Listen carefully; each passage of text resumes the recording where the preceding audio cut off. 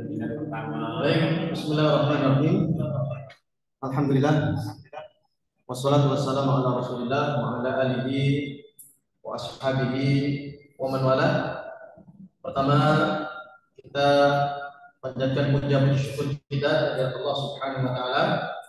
Alhamdulillah di kesempatan yang berbahagia ini kita bisa berkumpul dalam rangka masih tarbiyah wa ta'lim. Semoga apa yang kita usahakan, apa yang kita perjuangkan untuk tarbiyah wa ta'lim sebagai amal soleh kita, insya Allah yang bermanfaat pada hari di mana tidak ada manfaat harta dan keturunan kecuali yang datang kepada Allah dengan hati yang selamat. Yang kedua, alhamdulillah kita bisa mengadakan webinar pada pekan ini, dan ini merupakan webinar perdana. Semoga insya Allah kedepannya Pak Dr. Abdurrahman bisa ikut dengan kita bersama-sama untuk senantiasa ya, kita ingin mengambil banyak pelajaran dari Pak Dokter berkaitan dengan kegiatan kita sebagai dosen pengajar. Ilmu beliau, pengalaman beliau yang sudah malang melintang di dunia pengajaran di kampus, semoga bisa kita aplikasikan untuk kemajuan kampus kita bersama. Alhamdulillah, Pak Dokter, kita atas nama Jamiah Riyadhus Shalihin mengucapkan pertama ahlan wa sahlan, antum bisa mengisi. Jazakumullah khair sudah bisa menyempatkan waktunya Ustaz. Bisa walaupun belum bisa bertemu langsung, barangkali insya Allah kedepannya kita ingin bertatap muka secara langsung dengan antum. Alhamdulillah kita bisa ya silaturahmi pada hari ini.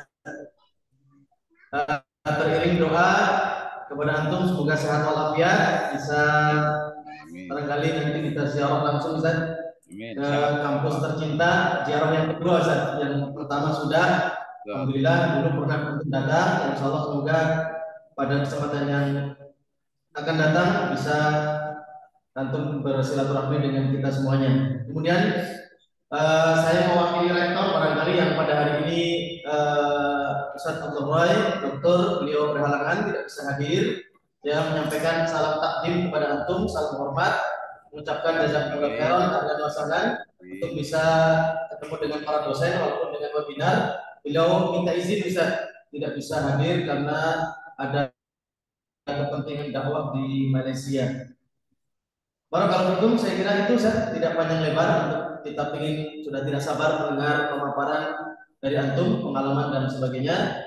Semoga Allah Subhanahu wa taala mempermudah aktivitas kita pada hari ini sampai selesai webinar dan mendapatkan banyak pengalaman dari Pak Dokter. Barakallahu Ustaz.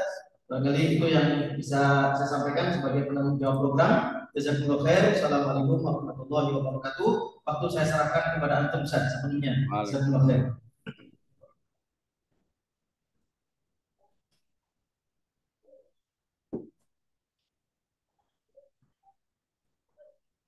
Baik, terima kasih. Ini langsung ya, izin ya. Langsung mulai atau ada moderatornya nih? Langsung berarti ya. Oke, yang kelihatan siapa nih? Ini ya nih, Ustaz Mustaqim, Ustaz Arif, Ustaz Henry juga nih ya, Masya Allah. Barakallahu fikum. Ini luar biasa nih. Saya mulai izin ya. Suara saya terdengar dengan baik. Nanti suara saya kenceng kok, tenang aja. Boleh ya, bisa ya? Suara saya terdengar jelas ya? Oke, sip. Iya, ini pakai tulisan ya. Baik, saya mulakan. Bismillahirrahmanirrahim. Assalamualaikum warahmatullahi wabarakatuh.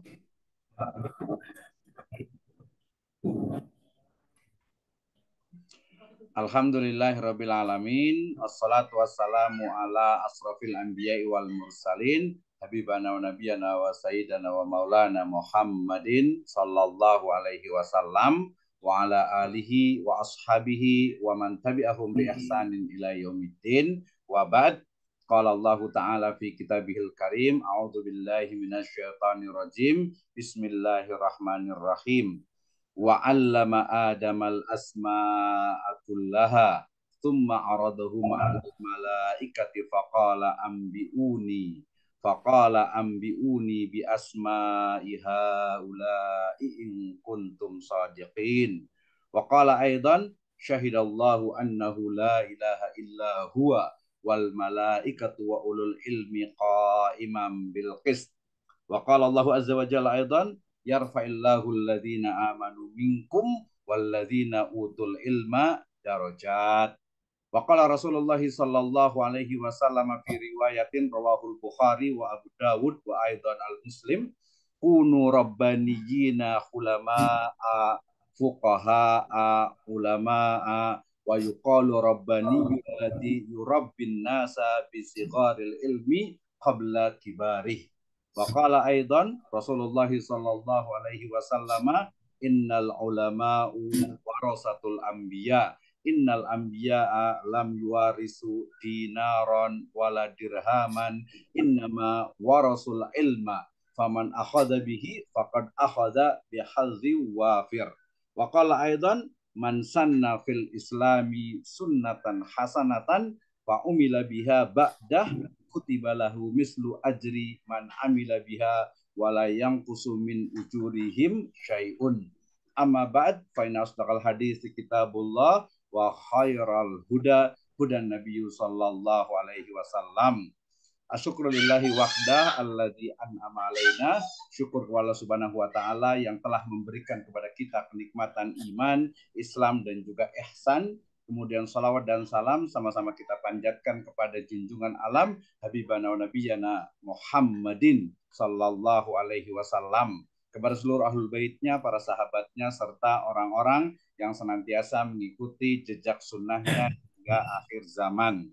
Pertama tentu saja kita bersyukur kepada Allah Subhanahu wa taala, kemudian salawat kepada Nabi sallallahu alaihi wasallam, Allahumma shalli wa sallim wa barik alaih, dan juga saya ucapkan terima kasih kepada seluruh sivitas akademika di Ma'had Al-Ali Riyadhus Shalihin, Jamiatu Riyadhus Shalihin, ya, terima kasih. Dan juga yang sangat luar biasa sekali hari ini, ya, saya lihat teman-teman dosen di tentu saja nanti insya Allah menjadi Sekolah Tinggi Agama Islam Riyadhus Shalihin ataupun juga Ma'had Ali. Nah, ya, jadi kita bersama-sama hari ini, ya, kita belajar lah, ya. Kebetulan saya ada sedikit pengalaman, ya, terkait dengan bagaimana menjadi seorang dosen yang profesional, from nothing to something amazing, tentu saja Ali Mardotillah. Baik, terima kasih teman-teman semuanya. Saya biasa panggil teman biarnya ya asatidzah sekalian gitu ya, bukan berarti tidak menghormati, tapi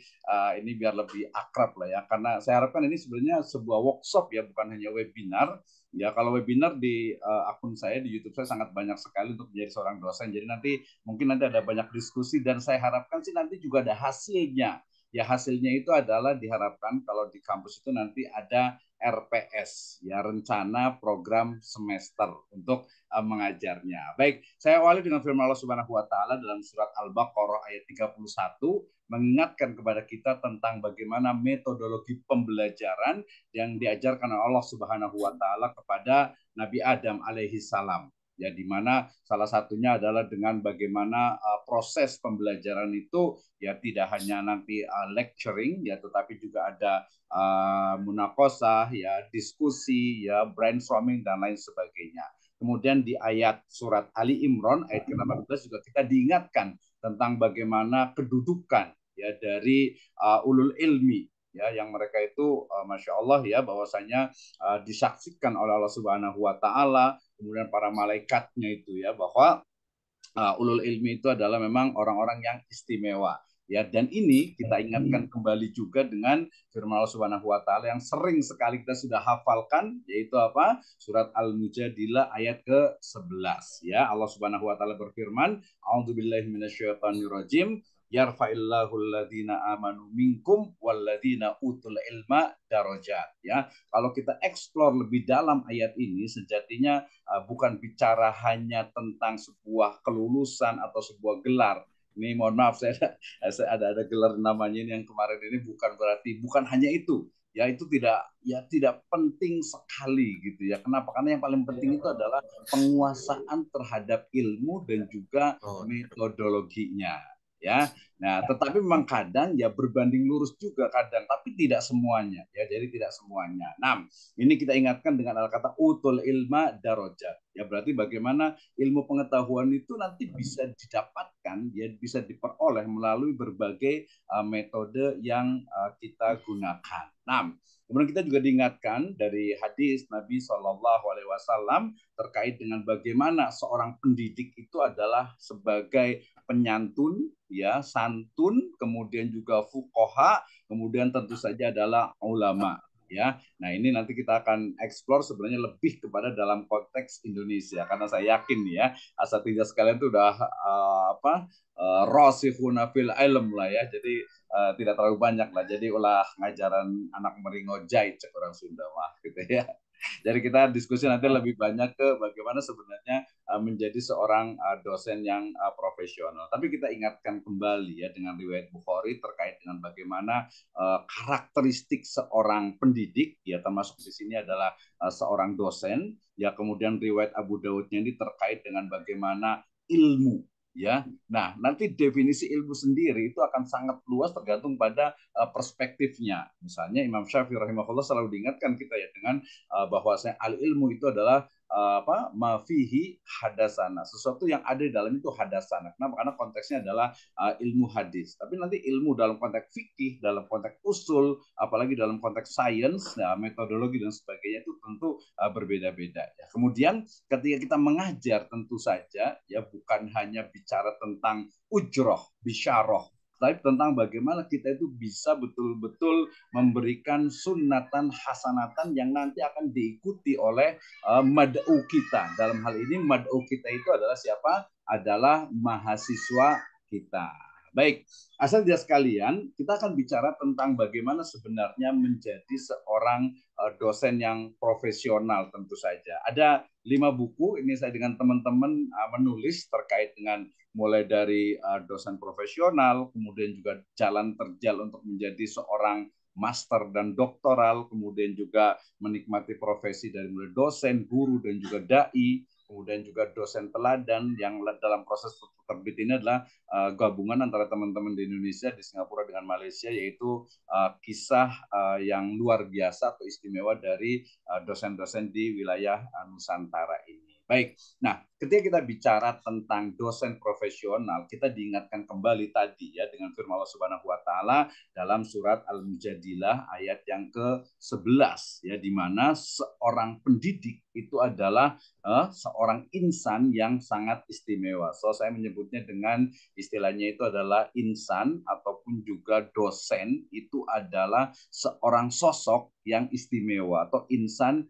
yang istimewa. Nah, keistimewaannya tentu saja tadi adalah dengan ilmu. Ya, tentu saja ilmu yang ilmiah, ya, kemudian juga amal juga yang apa? Yang ya kita sebut juga mutabaah. Nah, jadi insan mulia itu salah satunya adalah dengan ilmu. Nah, ternyata dalam proses pembelajaran yang namanya keistimewaan ataupun kemuliaan seorang dosen, yang pertama tentu saja adalah pengajaran atau pembelajaran. Nanti kita akan bicara tentang bagaimana sebenarnya metodologi pembelajaran yang mungkin sekarang perlu modern or contemporary approach, ya, artinya pendekatan-pendekatan baru dalam proses pembelajaran. Kenapa? Nah, ini biasanya dalam mata kuliah pengembangan kurikulum ataupun pengembangan metodologi pembelajaran, anak-anak sekarang itu agak-agak berbeda ya, termasuk juga mahasiswa. Mahasiswa kita itu berbeda. Kenapa? Karena sumber dari pembelajaran itu sekarang banyak sekali, terutama online, sehingga karakter, cara belajar, ya, learning style-nya pun itu dia berbeda. Sehingga proses pembelajaran sendiri bukan hanya lecturing, bukan hanya seorang dosen nanti datang ke kelas bawa buku, ya, kemudian masuk bawa buku, kemudian silahkan kita akan belajar di halaman 82 misalnya. tidak hanya seperti itu, tapi ada proses dalam metodologi pembelajaran yang itu perlu terus kita tingkatkan. Nah, dalam hal ini mungkin ya next time mungkin kita bisa lihat ya, bisa juga nanti dalam bentuk semacam riset ataupun penelitian gitu ya, bagaimana sebenarnya dosen-dosen di Riyadhus Shalihin ini mengajar. Apakah rata sama-sama gitu ya, atau mungkin ada pendekatan-pendekatan baru ya, pendekatan-pendekatan baru yang membuat apa? Minat belajar itu meningkat. Ingat, seorang dosen itu dia adalah fasilitator. Dan dalam teori pembelajaran, mulai dari level dasar, menengah, sampai tinggi, ya di pola mungkin di level sarjana, kemudian pasca sarjana, sarjana misalnya, yaitu kalau dalam KKNI, Kerangka Kualifikasi Nasional Indonesia, dia berada di level yang ke-6. Ya, artinya apa? Proses pembelajaran itu berbeda dengan yang ada di SMA. Ya, ini tentu saja adalah perspektif gitu ya, dalam artian ya mungkin yang beberapa berkembang itu masih ya sama pembelajaran di SMA dengan di aliyah dengan di perguruan tinggi ya, yang nggak jauh beda. Dosen datang ke kelas kemudian mengajarkan, mungkin nanti ada presentasi dan sebagainya, ya itu saja ya. Nah, ini mungkin nanti ada bicara kita tentang pembelajaran. Dan yang istimewanya, yang the next, yang kedua, the second, itu adalah riset. Nah, ini paling penting nih. Jadi kalau ditanya, asatidz sekalian, ketika ditanya apa sih bedanya antara guru dengan dosen, jawabannya adalah dosen itu memiliki kewajiban, nanti kita akan bahas panjang lebar, namanya tridharma perguruan tinggi. Pembelajaran atau tadi pengajaran.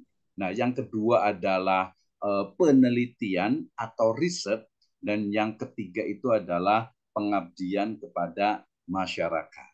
Nah, kita akan belajar ini. Jadi ketika menjadi seorang dosen profesional dalam konteks Indonesia itu adalah yang mampu melakukan pembelajaran atau mampu melaksanakan pengajaran dengan baik, apalagi sekarang dalam konteks kampus merdeka dan mereka merdeka belajar. Ya, ini juga tantangan bagi kita. Kayak gimana sih sebenarnya? Ya, ini challenging sekali untuk para dosen. Nah, meneliti berarti bagaimana seorang dosen itu adalah seorang peneliti.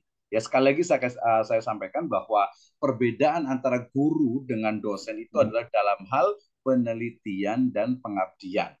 Ya, kalau guru mungkin ya hanya mengajar saja. Ya, tapi kalau dosen wajib untuk meneliti, minimal satu semester itu satu kali. How to research, bagaimana untuk melakukan riset penelitian, nanti boleh ditanya nih ya. Nah, tentu saja pertama adalah sesuai dengan bidang mata kuliahnya, termasuk bidang keilmuannya. Ya, kebetulan ya saya sertifikasi dosen itu tahun 2010, ya kebetulan lagi di bidang itu perbandingan madhab gitu ya, jadi madhabnya dibanding-bandingkan gitu ya. Ya, memang itu di ahwalus syakhsiyah kebetulan gitu ya. Nah, kemudian setelah meneliti, nanti kita akan bicara tentang bagaimana proses dalam meneliti. Ya, ini kalau meneliti, ingat, kalau meneliti di levelnya dosen itu sama dengan tesis. Nah, ini yang ada tadi, ada siapa ya, ada Pak Henry, kemudian juga yang lainnya gitu ya. Itu kalau sudah meneliti, berarti kalau dosen itu levelnya itu bukan hanya skripsi, bukan ya, misalnya peran pondok pesantren atau mungkin pengaruh X1 terhadap ya, atau mungkin juga kajian kontemporer tentang pendidikan agama Islam di misalnya surat Luqman. Bukan hanya itu, tapi ada metode penelitian, riset metode, ada riset desain, ada riset approach yang harus digunakan. Ya, nah yang berikutnya nanti adalah pengabdian. Ya, saya yakin nih kalau pesantren kan memang sudah mengabdi, tapi dalam konteks perguruan tinggi ya mengabdi itu banyak sekali, mulai dari KKM ya, atau KKN, kuliah kerja mahasiswa ya, atau dulu kuliah kerja nyata gitu ya. Ini juga nanti harus dilakukan ke masyarakat ya. Kemudian nanti setiap dosen tadi harus melakukan pengabdian juga, minimal itu satu semester satu kali. Nah, kalau dulu pengabdian itu boleh khutbah Jumat, boleh ngisi kajian, ngisi pengajian, ngisi majelis taklim.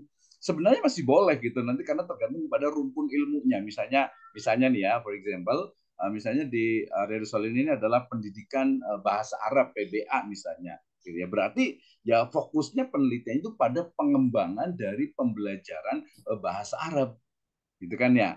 Nah, itu terkait dengan pengabdian. Dan tentu saja yang paling penting kita itu adalah insya Allah menjadi warasatul anbiya, ya pewaris para nabi yang memang membawa ilmu. Ya, ilmunya itu memang karena mungkin kekurangan dari manusia itu sendiri, akhirnya sekarang itu ada spesialisasi.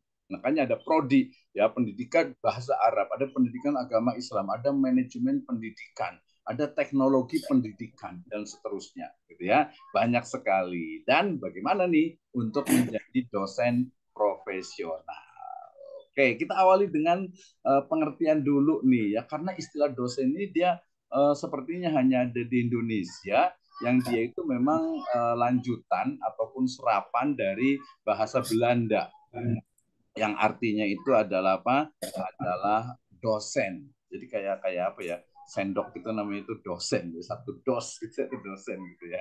Jadi kita kalau kita bicara tentang dosen gitu ya, maka dosen itu ya dalam bahasa Indonesia itu berasal dari bahasa Belanda ya, yang artinya itu adalah apa? Adalah guru. Ya. Nah, ya jadi dosen itu ya guru sebenarnya. Sama juga nih ada salah paham di misalnya di Europe ya, di Eropa, di British misalnya, kalau profesor itu harus sudah tua, harus mungkin apa sudah lama mengajar, jabatan fungsionalnya dan lain sebagainya. Ternyata tidak, profesor sendiri ya itu adalah ya guru juga gitu ya, guru. Nah, ada menarik juga di Malaysia di UIA ya, itu mereka seorang profesor itu biasa dipanggilnya juga guru. Ya. Jadi ini biasalah berkelindan gitu maknanya gitu. Jadi akhirnya kemudian yang muncul sekarang itu ya udah berarti guru itu yang mengajar di sekolah rendah sampai menengah gitu, sampai SMA, aliyah gitu ya. Sementara dosen itu adalah guru yang mengajar di perguruan tinggi. Nah, itu ya. Jadi ya nggak apa-apa lah beda-beda dikit, tapi intinya adalah mengajar ya. Tapi tadi ingat dosen itu bukan hanya mengajar, tapi juga melakukan penelitian ya. Nah, tadi bahwa dosen itu adalah berasal dari bahasa Arab dosen yang artinya guru ya. Demikian juga apa? Dosen itu artinya ya mengajar gitu ya. Artinya itu mengajar. Mengajar apa? Ya mengajar mata kuliah yang memang dikuasai ya. Nah, ini ada beberapa bahasa Belanda tadi artinya guru, bahasa Latin doser artinya mengajar, bahasa Jerman juga dosen itu bermakna pemandu. Nah, sementara English itu adalah lecturer. Ya, kalau di Malaysia, Singapura, Brunei itu pensyarah, artinya menjelaskan. Nah, sedangkan dalam Kamus Besar Bahasa Indonesia, ini sudah bisa kita akses secara online, adalah tenaga pengajar pada perguruan tinggi. Nah, ini yang berlaku di Indonesia gitu ya. Jadi yang namanya dosen itu adalah guru atau pengajar yang ada atau yang mengajar di perguruan tinggi. Walaupun berita terbaru, kalau dulu dosen itu punya nomor induk dosen nasional NIDN ya, kemudian guru itu punya NUPTK ya, nomor unik ya pendidik dan tenaga kependidikan. Sekarang itu karena nanti kita bicara tentang undang-undang dari sistem undang-undang guru dan dosen itu jadi satu, guru dan dosen. Akhirnya sekarang dosen-dosen itu termasuk saya juga kembali ke NUPTK.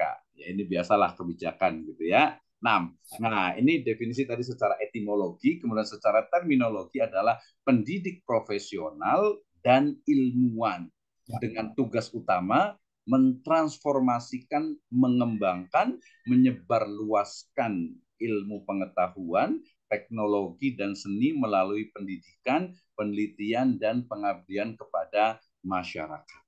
Nah, jadi hari ini ilmu yang kita dapatkan itu adalah kalau mau jadi dosen itu tiga. Kayak saya ulang-ulang terus nih ya.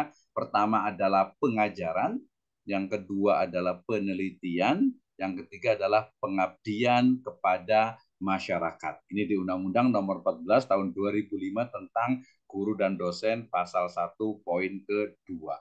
Ya, ini namanya dosen. Jadi dia bukan hanya mengajar, ya, pendidik profesional dan ilmuwan ya, yang tugas utamanya itu mentransformasikan. Jadi bukan hanya mengajar ya. Jadi kalau dosen itu hanya istilahnya itu tadi bawa buku atau bawa laptop, kemudian datang ke kelas, kemudian lecturing, khutbah, ceramah, menyampaikan, ya silakan aja sih, nggak apa-apa juga. Tapi itu bukan dosen yang sebenarnya.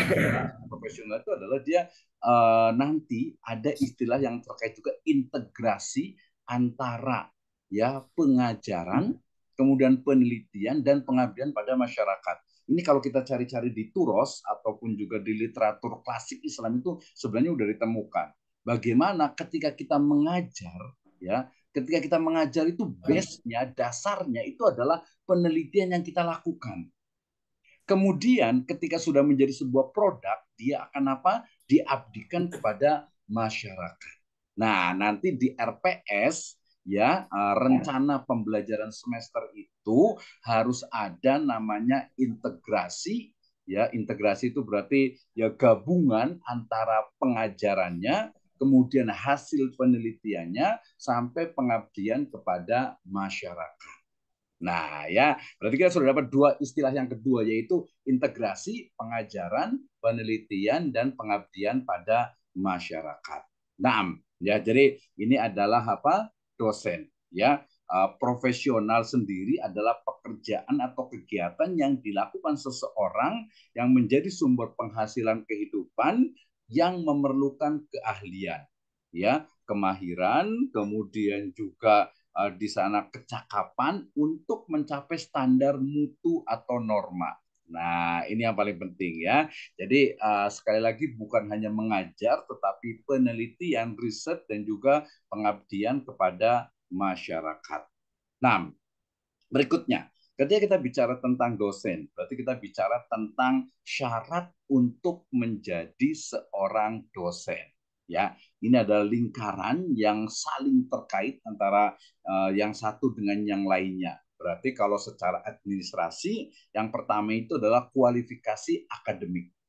Kemudian juga kompetensi, kemampuannya. Banyak orang yang Masya Allah ya, soleh, ya, luar biasa sekali gitu ya, istiqomahnya, konsistennya. Tapi kadang untuk menyampaikan kepada orang lain, ya itu agak susah gitu ya. Ada juga yang bisa menyampaikan, tapi dia kurang apa ya, kurang mungkin kurang atraktif.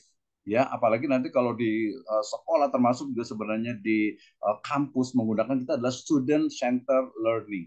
Ya, student center learning itu adalah bagaimana pembelajaran itu fokus kepada mahasiswa. Apa sih sebenarnya yang mahasiswa ingin pelajari? Ya, yang ingin tahu gitu ya. Nah, nanti dosen tugasnya itu adalah menstimulus ya agar mereka memiliki giroh, memiliki semangat untuk belajar, termasuk menggunakan ya berbagai style metode dalam pembelajarannya. Ya, kualifikasi akademik, kemudian kompetensi, kemudian sertifikat pendidik, di sini ada sertifikasi dosen, kemudian sehat jasmani dan rohani, ada kualifikasi khusus nanti dari lembaga, sampai mampu mewujudkan tujuan pendidikan. Ya, dalam hal ini bisa Indonesia berarti nasional, kalau dalam Islam berarti adalah apa sih tujuan dari pendidikan di dalam Islam? Nah, ya, ini adalah syarat dari ya seseorang itu menjadi dosen profesional. Berikutnya, kita akan detailkan satu-satu. Jadi, dosen itu dia harus memiliki kualifikasi akademik, ya. Ini di pasal ke-45 Undang-Undang tentang Guru dan Dosen. Jadi, kalau mengajar S1 ya berarti program alumni dari magister. Kemudian kalau mengajar pasca sarjana atau magister berarti dia harus doktor. Ya, jadi sesuai lah. Jadi kan bahasa itu jangan sampai jeruk makan jeruk gitu ya. Jadi S1 lulus alumni S1 kok ngajar S1 gitu. Jadi kayak jeruk makan jeruk gitu. Sebenarnya hikmahnya banyak sekali. Salah satu yang paling penting itu adalah bagaimana the thinking, ya, the art of thinking, ya. Jadi bagaimana seorang dosen itu dia berpikir bukan hanya apa ya, bukan hanya menyampaikan, bukan hanya dia itu seperti saluran, bukan, ya. Jadi kita mungkin kita belajar ke guru kita, kemudian ke asatidzah, ke syekh suyukhina gitu ya, kemudian kita sampaikan langsung ke mahasiswa kita. Ya boleh sih, nggak apa-apa juga, memang segitu standarnya, tapi harus ada pendekatan, harus ada metode yang tepat, harus ada juga mungkin pembaharuan, terutama dalam konteks-konteks yang mungkin kontemporer, waktu, tempat, keadaan, teknologi, dan lain sebagainya. Nah, termasuk yang ketiga, tadi jadi gini, kualifikasi akademik itu berarti kalau mau ngajar S1 ya berarti S2, kalau mau ngajar S2 berarti ya S3, yang ngajar S3 berarti dia harus guru besar, profesor lah di Indonesia. Kemudian ada juga yang memang dia itu memiliki kemampuan keahlian yang prestasi luar biasa. Banyak asatidzah kita, ustadz-ustadz kibar kita yang mereka ya enggak mungkin bisa jadi memang enggak terlalu penting pendidikan, tapi memiliki apa prestasi yang luar biasa. Ini pun bisa, makanya sekarang ada dokter honoris causa gitu, bahkan ada profesor juga honoris causa juga gitu ya. Ya no problem, nggak ada masalah, maafin muskilah. Yang penting adalah memang kemampuan dan kontribusi itu memang nyata. Nah, termasuk juga nanti ketentuan untuk menjadi seorang dosen juga itu adalah persyaratan yang sudah ditentukan oleh lembaga atau dalam ini adalah perguruan tinggi. Ya, ini kualifikasi akademik. Ya, yang berikutnya adalah bagaimana kompetensi seorang dosen. Jadi pertama tadi kualifikasinya, yang kedua adalah kompetensinya. Nanti selain nanti saya akan kirim ke panitia ya, nanti boleh dipelajari, tenang saja ya. Jadi tadi kualifikasi akademik kalau untuk jadi dosen ya sebenarnya walaupun tadi ada yang luar biasa, misalnya gini, ada seorang misalnya seorang ustadz kibar, mungkin beliau ya tidak kuliah mungkin gitu atau mungkin kuliah S1 misalnya, tapi kemampuannya itu memang luar biasa dan ada prestasinya gitu ya, ada prestasinya itu juga sangat mungkin gitu untuk menjadi seorang dosen. Nah, kompetensi seorang dosen itu ada kompetensi kepribadian ya, kemudian juga pedagogik, kemudian juga kompetensi sosial dan juga kompetensi tentu saja profesional. Nah, kita akan bahas satu-satu ya, mudah-mudahan nanti waktunya cukup nih ya. Nah, karena ini agak sekitar 30 slide. Nah, ketika bicara tentang kompetensi kepribadian, kita berarti bicara tentang apa? Empathy, ya, empati. Jadi seorang dosen itu dia bukan tadi misalnya nih ya, saya cerita. Jadi ketika kita mau mengajar ke kelas, ternyata mahasiswa kita itu kayak apa ya? Stres, tertekan, nggak nyaman. Kemudian kita langsung datang, langsung menjelaskan, oke hari ini, hari ini kita akan belajar tentang misalnya apa fikih misalnya gitu, atau kita akan belajar tentang metodologi pembelajaran atau mungkin inovasi pembelajaran, teknologi pembelajaran dalam bahasa Arab. Anak itu dia belum siap untuk belajar, anaknya mahasiswa itu belum siap untuk belajar karena mungkin keadaan-keadaan yang mungkin di asramanya atau mungkin di rumahnya dan lain sebagainya. So berarti di 5 minute pertama, di 5 menit pertama atau 10 menit pertama itu pastikan bahwa seorang dosen itu memahami dari psikologi mahasiswa, ada empati ya. Empati itu harus muncul gitu, jangan anak udah lagi stres nggak semangat langsung kita langsung ceramahi atau mungkin kita langsung masuk ke materi. Nah, ini dalam beberapa learning method itu kurang tepat gitu ya. Nah, kemudian juga harus berpandangan positif kepada orang lain. Ini kan kalau teori pembelajaran sekarang kan nggak ada anak yang nakal. Ya nggak ada mahasiswa yang nakal, nggak ada mahasiswa yang malas, nggak ada mahasiswa yang mungkin apa namanya itu nggak semangat, bukan. Ya justru itu adalah tugas dari dosen.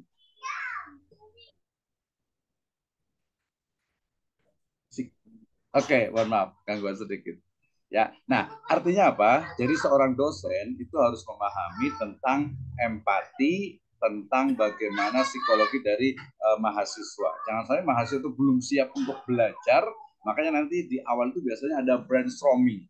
Ya, brainstorming itu mungkin bisa review, bisa mungkin awal itu membangkitkan semangat mereka untuk belajar, dan yang lain itu masuk ke dalam manajemen kelas, dalam pembelajaran. Nah, kemudian tadi berpandangan positif pada orang lain. Jadi kalau ya ini memang tugasnya ustadz, guru, dan dosen. Jadi kalau ada mahasiswa yang nggak semangat, ya tugas kita gitu ya. Tugas kita untuk bagaimana agar bersemangat. Termasuk sebenarnya diri kita juga. Misalnya begini, seorang dosen misalnya lagi keadaan mungkin kurang sehat ya, qadarullah mungkin diberikan cobaan sakit gitu ya, tapi ayo maksakan diri gitu ya. Nah mungkin bahasanya itu energinya, energi itu auranya ya, artinya kelihatan orang yang kurang semangat ya, seorang dosen dalam keadaan kurang sehat kemudian ke kelas kemudian ngajar ya, nggak fokus kitanya gitu ya, nggak fokus, sehingga kemudian ini juga penting ya. Jadi berpandangan positif kepada diri sendiri gitu ya. Ada juga nih biasa kalau di beberapa madrasah atau beberapa kampus ada juga nih yang dosen datang malah cerita ngalor ngidul. Nah, salah satunya itu adalah karena tidak memiliki RPS ya, rencana pembelajaran semester. Jadi para dosen sekalian, nanti sebelum mengajar, kalau ada kaprodinya itu berarti wajib untuk menyerahkan RPS kepada prodi, ya, kepala atau ketua program studi, ya. Ya di sini siapa aja lah ini ya program studi. Nah, itu nanti mau RPS. Jadi apa sih yang akan dilakukan dalam misalnya ya 1 semester, ya, mungkin kompetensi dasarnya apa, metode yang digunakan, materinya, kemudian medianya, termasuk juga referensi. Nah, ini sangat fleksibel sekali. Kemudian genuine authenticity, artinya apa?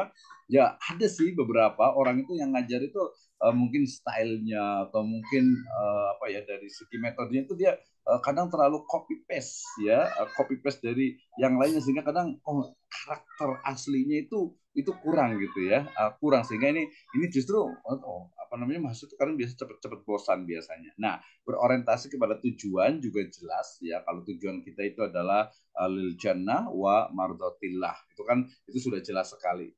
Artinya apa? Bahwa kemampuan kepribadian yang mantap, stabil, dewasa, arif dan berwibawa adalah menjadi teladan bagi ya mahasiswa ya, dan juga nanti tentunya memiliki akhlak yang mulia gitu ya. Nah, ini adalah kompetensi kepribadian. Jadi ini juga terus nih, makanya nanti dalam beberapa kesempatan biasanya seorang dosen juga sebelum mengajar itu selalu ada refresh atau upgrade dari sisi spiritualitasnya, dari sisi akidahnya perlu dikuatkan, dari sisi metode pembelajarannya, dan termasuk juga dulu kan kita sempat saya dari dosen itu tentang menulis nih. Ayo semangat lagi nih, kita akan ajak dosen-dosen untuk kita terus menulis gitu ya. Nah, ini adalah kompetensi kepribadian. Yang berikutnya, ini juga sebenarnya kompetensi kepribadian tadi yang lanjutannya itu, jadi dia itu kepribadiannya itu stabil, kemudian kepribadian yang dewasa, kemudian juga arif, kemudian berwibawa, akhlak yang mulia, serta menjadi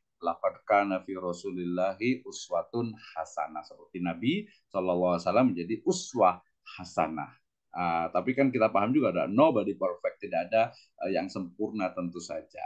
Itu yang kedua. Berikutnya adalah kompetensi pedagogik. Artinya apa?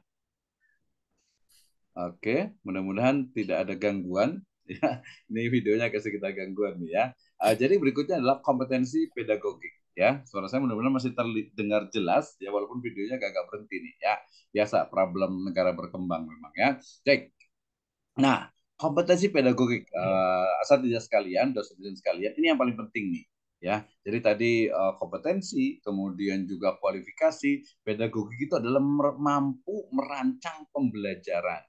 Ini yang paling penting nih. Jadi ahsan ya, lebih baik kalau seorang dosen itu ketika akan mengajar itu sudah disiapkan ya RPS-nya untuk 1 semester, termasuk juga evaluasinya ya, kemudian juga metode pembelajarannya, learning systemnya, marojinya, referensinya, aktivitas yang akan dilakukan gitu ya. Nah, ini penting gitu ya. Makanya tadi salah satunya kenapa sih harus dia tuh harus S2 gitu misalnya gitu ya. Karena minimal tuh ada pengalaman. Oh, zaman sekarang itu pakai PowerPoint. Aduh, ini udah ketinggalan banget nih. Jangan pakai PowerPoint, udah pakai Canva, ya udah pakai Gamma, udah pakai banyak sekali untuk AI-nya gitu ya. Ini sangat mungkin sekali gitu. Jadi merancang pembelajaran itu juga sekarang juga sangat mudah sekali gitu ya. Nah, jadi kemampuan merancang pembelajaran, kemudian melaksanakan proses pembelajaran, yang mungkin nanti kita bisa diskusikan nih. Tapi ingin tahu sebenarnya kayak gimana sih metode yang pernah berjalan agar lebih aktif learning-nya itu, kemudian kemampuan menilai proses dan hasil pembelajaran ini juga menarik sekali ya. Sering sekali, mohon maaf ini biasa di sekolah yang lainnya ya, ya nilai itu cuma diukur dari dari IQ-nya, dan itu selalu dengan angka. Di beberapa negara modern yang namanya nilai itu dia bukan dari angka, tapi ya dari sisi ketercapaian. Sekarang alhamdulillah ya, di sekolah pun sekarang sudah hampir tidak ada ranking dan lain sebagainya. Artinya apa sebenarnya? Ya tujuan dari pembelajaran itu apa gitu ya. Jadi bukan, dan penilaian itu, evaluasi itu nanti kalau di kuliah di S1 kan ini ya, di S2 juga sama, ada pengembangan untuk evaluasi pembelajaran. Ya, jadi evaluasi pembelajaran itu bukan hanya nilai UTS, bukan hanya nilai UAS, bukan hanya nilai tugas, tapi akan kelihatan oh memang dia betul dia mengikuti proses pembelajaran. Nah, kemudian yang keempat adalah mampu untuk memanfaatkan hasil penelitian untuk meningkatkan kualitas pembelajaran. Nah, ini yang keempat ini yang kebanyakan itu ya udahlah ngajar-ngajar aja gitu ya. Apalagi mungkin ngajarnya misalnya mengajar fikih atau mungkin akidah gitu ya, atau mungkin juga ini ya, kalau di mata kuliah berarti ya banyak ya, mungkin dari apa ilmu-ilmu akidah, kemudian juga mungkin ada qawaid al-fiqhiyah atau teori pembelajaran, turukut tadris gitu ya, atau mungkin juga ada mustolah gitu. Kalau belajar ngajar mustolah kan untuk paling banyak sekali sekarang apa aplikasi itu banyak sekali gitu ya. Ini jadi yang keempat saya ulang lagi, kemampuan memanfaatkan hasil penelitian untuk meningkatkan kualitas pembelajaran. Nah, ya. Jadi misalnya nih, kita mau ngajar tentang metodologi pembelajaran bahasa Arab gitu ya. Nah, berarti ya bukan hanya yang ada di satu buku itu saja, tetapi dia harus membaca jurnal. Dia harus membaca penelitian-penelitian yang dilakukan oleh orang lain. Ada berapa sih? Saya sempat kemarin nyusun satu buku tentang bagaimana belajar misalnya Al-Quran atau belajar bahasa Arab.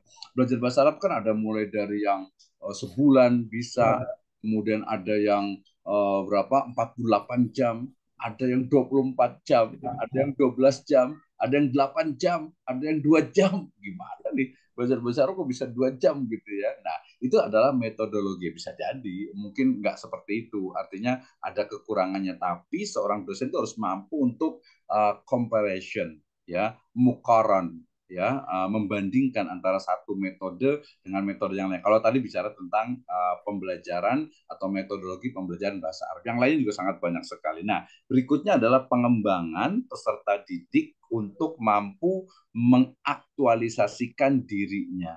Nah, ini kadang dulu waktu di pondok itu saya sempat ini apa namanya agak sedikit ini apa protes gitu. Misalnya gini, aliyah di kelas 3 misalnya gitu ya. Sekarang itu kelas 12 ya. Aliyah, madrasah aliyah di, tapi jangan aliyah ya kayaknya. Tapi nggak apa. Jadi siswa atau santri di madrasah aliyah yang kelas 12 itu misalnya ada 100 tiga kelas misalnya gitu ya. Kemudian ternyata yang mungkin ke Madinah itu sekitar 3 sampai 5. Kemudian yang ke Libya itu dia mungkin antara 10 sampai 20. The big question, yang lainnya itu mau kemana? Gitu kan ya. Yang lainnya itu mau kemana? Nah, berarti kan dipikirkan gitu ya. Yang ke Madinah ada, yang ke Ummul Qura mungkin ada, mungkin ke apa Timur Tengah lainnya mungkin ada, yang ke Libya juga ada, mungkin ke sekolah yang lainnya juga ada, termasuk mungkin yang ke apa di Riyadus Shalihin ini. Nah, pertanyaan nanti ke Riyadus Shalihin ini setelah selesai dari Mahat Ali ini mau kemana?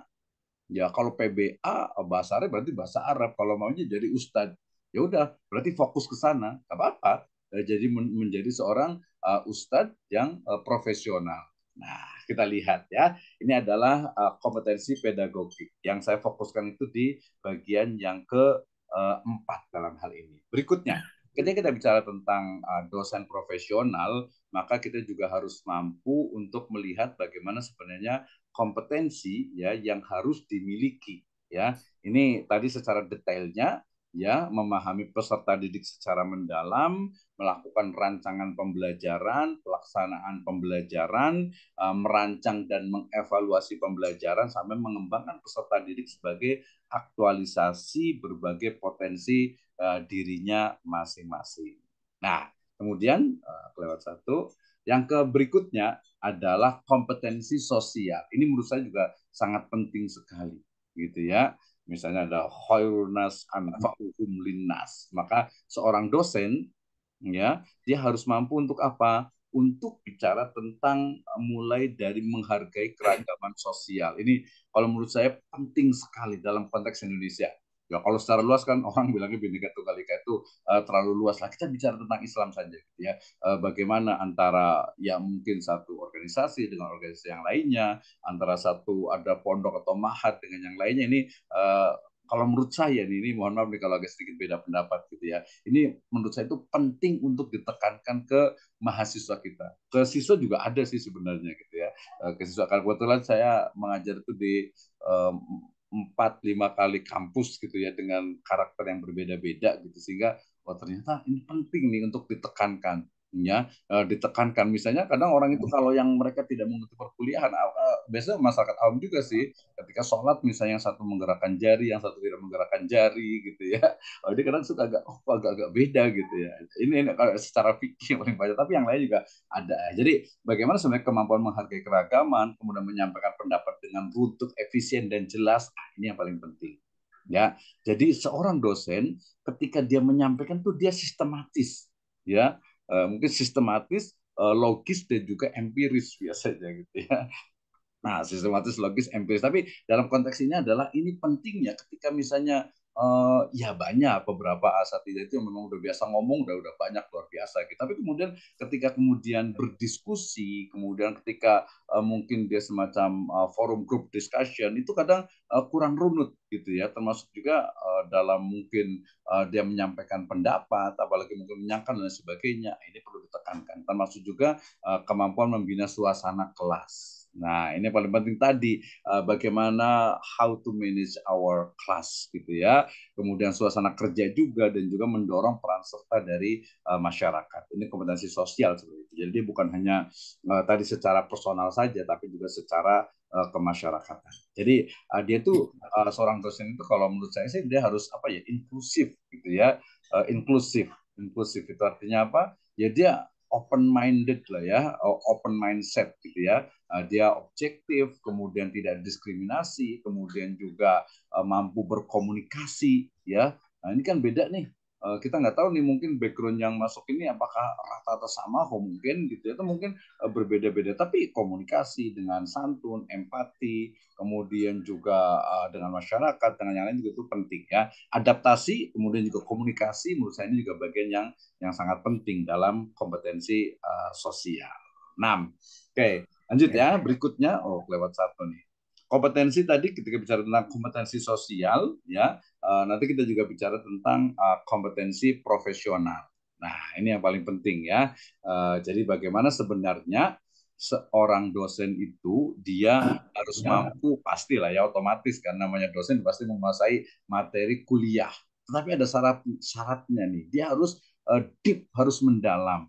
Ya makanya ini kan kalau umpamanya ada mungkin apa ya PLPK atau mungkin biasanya itu khidmah baru lulus kemudian dia ngajar misalnya gitu, atau mungkin juga bisa juga seorang yang baru jadi dosen gitu kadang ya dia paham gitu tapi dia kurang mendalam, jadi mungkin apa ya bahasa itu kurang holistik lah gitu mungkin ya, jadi dia harus betul-betul memahami termasuk juga korelasi dengan apa ilmu pengetahuan yang lainnya, ini menjadi penting ya. Nah, merancang, melaksanakan, menyusun laporan penelitian ini juga penting, bahkan ini harus jadi sesi tersendiri. Nanti kalau Mama itu nanti insya Allah mudah-mudahan untuk penelitian kita siap lah ya.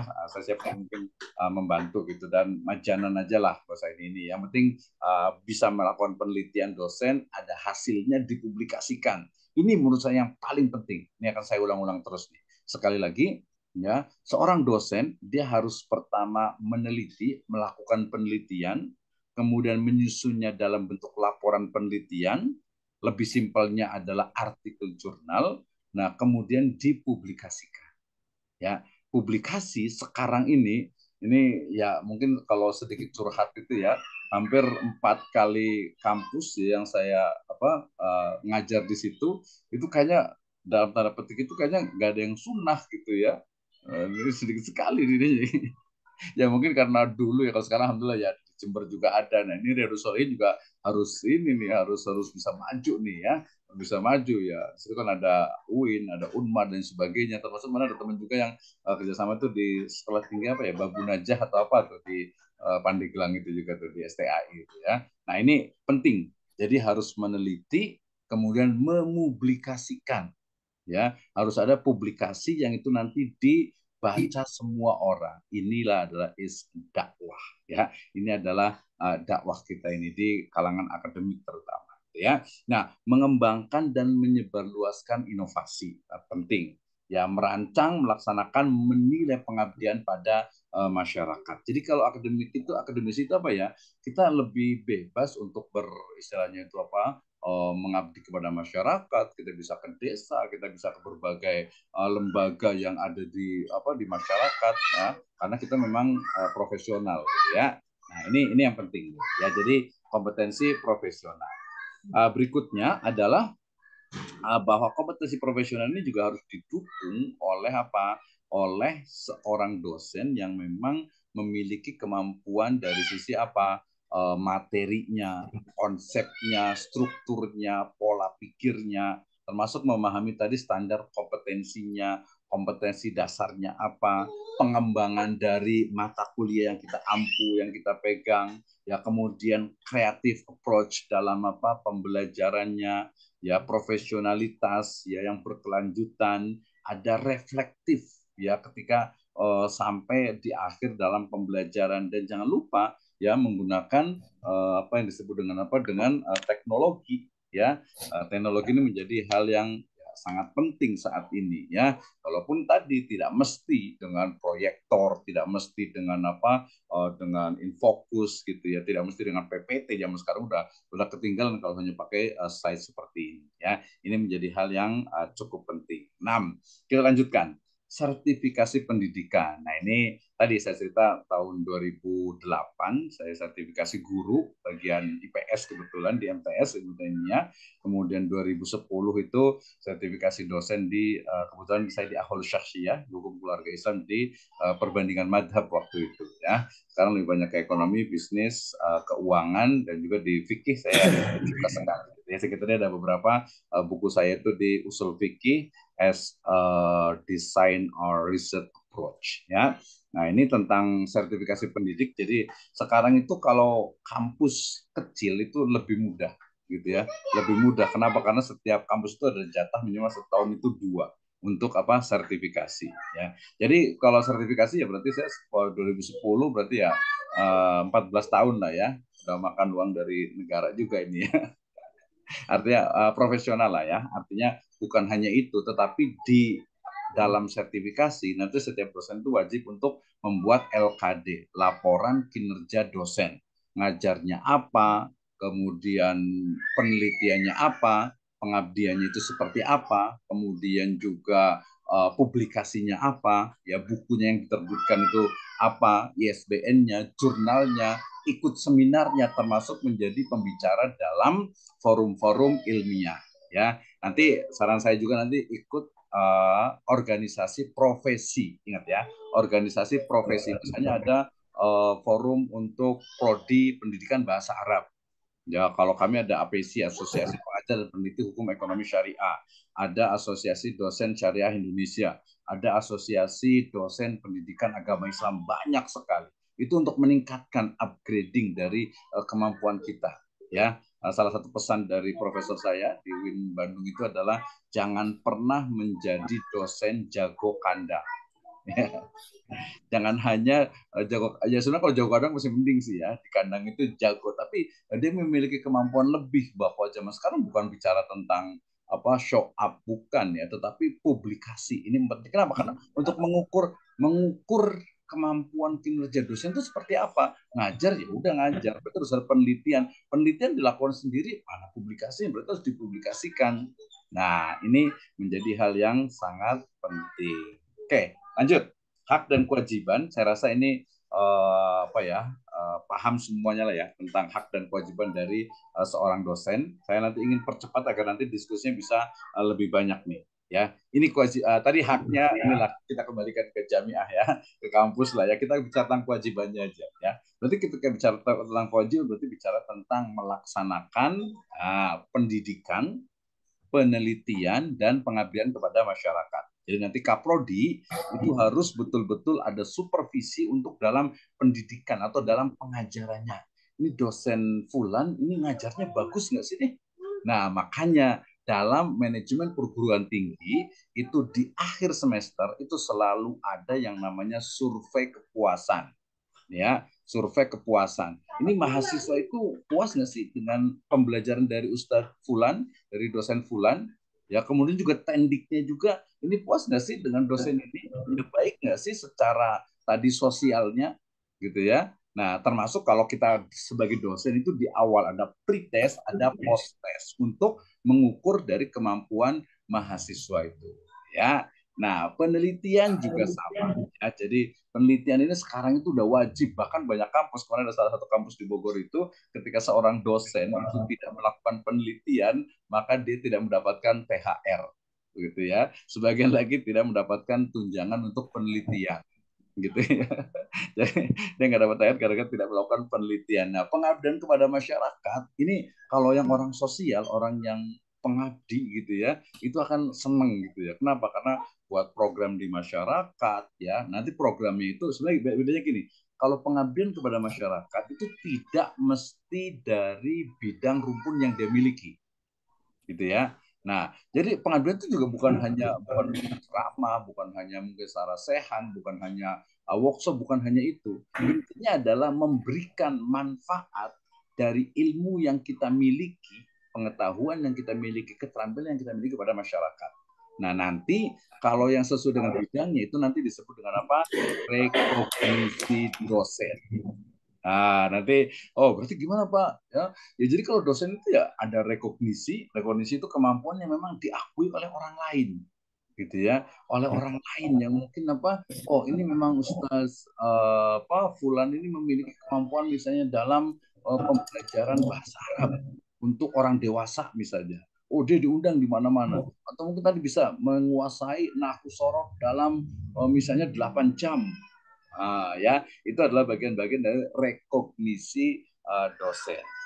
Ya, nah berarti tadi penelitian pengabdian dia harus ada RPS-nya kelihatan, bagaimana rencana pembelajaran semesternya, ya metode apa yang digunakan, kemudian juga medianya, referensinya, aktivitas yang dilakukan, penilaiannya ada di situ. Nanti kalau perlu nanti boleh saya kirimkan contoh dari RPS-nya, gitu ya. Kalau menurut saya secara administrasi, secara manajemen itu penting ya agar kaprodi ataupun juga mudir ataupun rektor tadi itu mampu untuk evaluasi. Jadi evaluasi itu bukan like and dislike, ini kayaknya agak malas nih nyebelin nih. Enggak seperti itu, tapi oke, dari pembelajarannya RPS-nya udah bagus, evaluasinya bagus. Tadi survei kepada mahasiswa juga bagus. Nanti ketika akan menunjuk misalnya, oh dosen teladan, nah, itu dosen cemerlang gitu misalnya, dosen teladan gitu. Ini loh indikatornya, indikasinya itu gitu ya. Jadi bukan hanya satu sisi saja ya. Jadi kualifikasi akademik, kemudian tadi dalam tindakan itu objektif dan tidak diskriminatif, kemudian juga ya peraturan baik itu yang internal kampus ataupun juga apa dalam konteks luas yaitu Indonesia dan seterusnya. Ini adalah kewajiban dosen. Beban kerja dosen. Ini berarti bicara tentang bagaimana kalau di kampus itu biasanya dia itu 12 SKS ya. Jadi 12 SKS itu satu SKS itu 50 menit ya. Kalau 3 SKS berarti 5 kali 3 berarti 150 menit itu 3 SKS. Nah, dalam 3 SKS ini berarti proses pembelajaran itu bukan full ceramah terus gitu ya. Tidak gitu ya. Kenapa? Begini menariknya. Yang belajar ini siapa? Guru, dosen, atau mahasiswa? Nah, jawabannya adalah yang belajar itu ya mahasiswa, bukan dosen. Saya juga kebanyakan ngomong ini ya. Yang belajar kan kita belajar bareng-bareng ya di Mahat Ali ini gitu ya. Oke, dikit lagi lah ya, mungkin 5-10 menit lagi ya. Nah, jadi yang belajar itu adalah mahasiswa, bukan dosennya. Kalau dia fokus kepada bukan student center learning, lecture center learning, yang pinter, yang pandai itu adalah dosennya, bukan mahasiswanya. Ya kalau dosen mah karena kita udah biasa, nggak usah pakai buku, nggak usah ngeliat itu udah hafal. Oh kita kan belajar pertemuan pertama, kedua, ketiga sampai ke-12 itu udah hafal. Dosennya yang pinter. Makanya kalau bilang itu ada asatidzah yang udah biasa ceramah tiap hari, kemudian ngisi kajian sebagainya, ya pinter. Kenapa? Karena mau belajar terus. Ya, saya juga menyebutnya dengan istilah learning by teaching. Gitu ya. Jadi belajar dengan mengajar gitu. Jadi kalau yang jarang ngajar ya kenapa pasti nggak akan bisa meningkat gitu ya. Nah, kemudian ini beban kerja dosen jadi minimal tuh 12 SKS. Nah, ini sebenarnya dibagi juga mengajar, penelitian dengan pengabdian. Nah, nanti belajarlah kita untuk apa membuat sebuah penelitian ya. Ini fungsi lainnya, ini penting sekali juga. Jadi dosen itu bukan hanya ngajar, bukan hanya penelitian, bukan juga hanya pengabdian, tetapi ada pembimbing. Namanya dosen pembimbing akademik DPA. Nanti ada dosen pembimbing lapangan, ada dosen pembimbing PLPK, ada dosen pembimbing KKN, ada dosen pembimbing tugas akhir, ya, perencana dan fasilitator, evaluator, ada pembimbing moral dan karakter akhlak, dan yang paling penting adalah tadi mengembangkan potensi mahasiswa. Ya, kalau secara teori bolehlah kita mengkritik adanya prodi, program studi. Ya, kenapa? Karena banyak mahasiswa yang baik itu kecelakaan ataupun juga terpaksa. Gitu ya. Ini pengen jadi arsitek masuk ke PBA. Ini pengen jadi dokter masuk ke PAI. Gimana ini gitu ya. Jadi ya tapi kan memang aturannya seperti itu, tapi minimal yang kelima. Apa itu? Mengembangkan potensi mahasiswa gitu ya. Ya, mengembangkan potensi mahasiswa. Jadi, oke, kalau saya sampaikan begini, Anda ikuti ya, mahasiswa maksudnya, mahasiswa silakan Anda ikuti program studi ini sampai selesai. Perkara nanti sudah selesai menjadi guru, menjadi ustadz, menjadi apa saja, silahkan. Makanya yang penting itu adalah kemampuan untuk berpikir tadi logis, sistematis, dan empiris untuk dosen, untuk mahasiswa itu penting. Tadi saya katakan apa? Bahwa banyak mahasiswa yang kecelakaan atau terpaksa masuk ke program studi tertentu. Dan ini adalah tugas dosen tentu saja. Ya, gitu ya. Nah ini, oke. Jadi ini fungsi lain dari dosen. Jadi bukan hanya di kelas saja, tapi juga menjadi membimbing akademik. Kebetulan kalau membimbing akademik itu membimbing skripsi, tesis, disertasi itu udah masya Allah lah ya.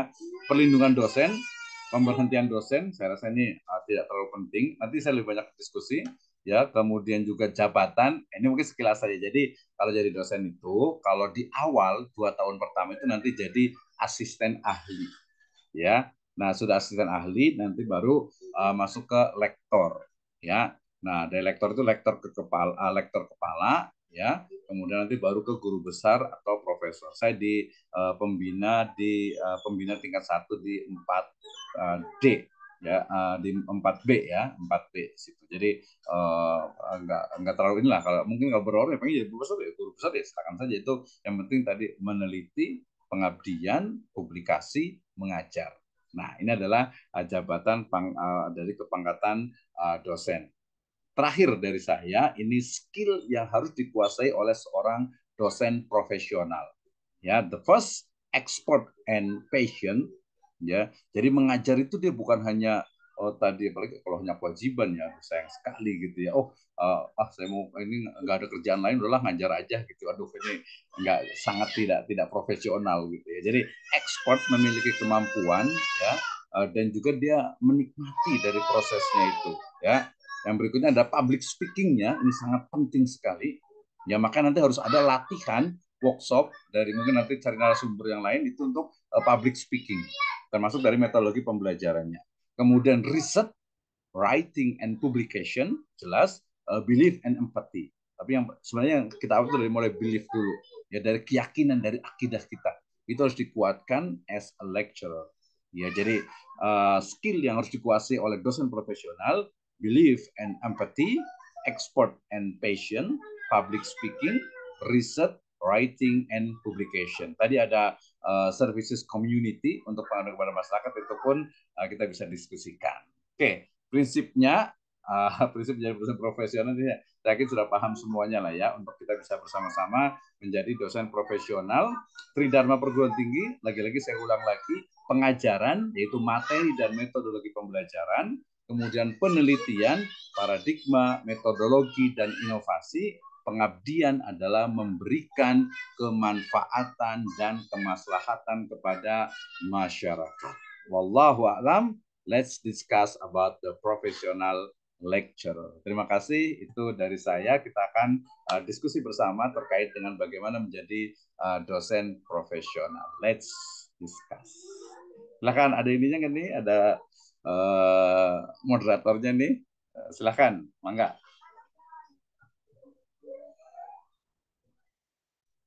Iya, suaranya masih di mute.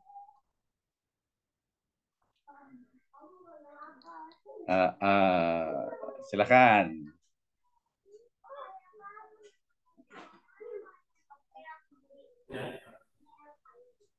Baik, Masya Allah, pemaparan yang luar biasa. Jazakallahu khair Pak Dokter atas barangkali mukadimah berkaitan dengan latihan dosen profesional. Kita dapatkan beberapa hal yang menarik dan cukup untuk membuat kita tersadar ternyata dosen itu tidak hanya mengajar, tapi ada perencanaan, kemudian ada evaluasi, kemudian ada pengabdian masyarakat tadi, ya merupakan ilmu yang cukup luas dan barangkali kedepannya bisa kita mendalami lagi. Baik, para dosen semuanya, barangkali ada yang ingin ditanyakan atau ingin didiskusikan dengan Pak Dokter. Barangkali bisa, silakan. Ada yang ingin menjawab, memberikan masukan atau baik bisa, silakan. Ini ada dari bisa ya, Yasir ingin menyampaikan pertanyaan atau masukan atau diskusi atau apa, silakan.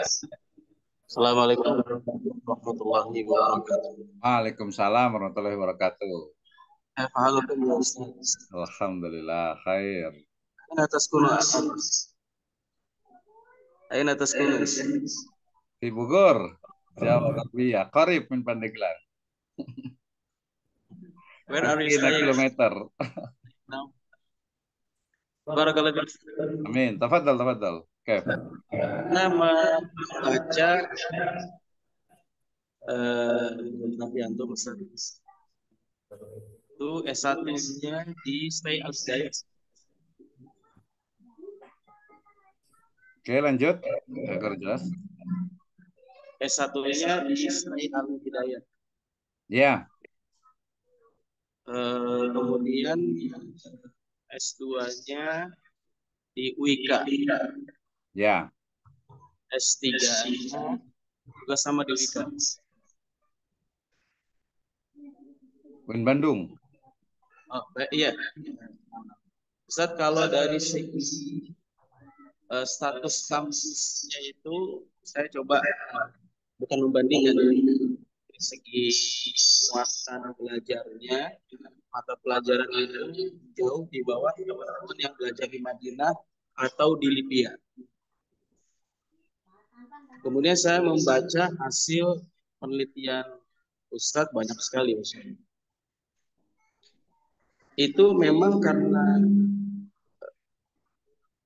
situasi kampusnya mengarahkan untuk skill ke sana seperti kampus-kampus UIK dan kampus-kampus umum memang sudah terkonsep seperti itu yang tidak dimiliki oleh kampus-kampus yang mungkin ya seperti Libya, Madinah, sehingga lulusan dari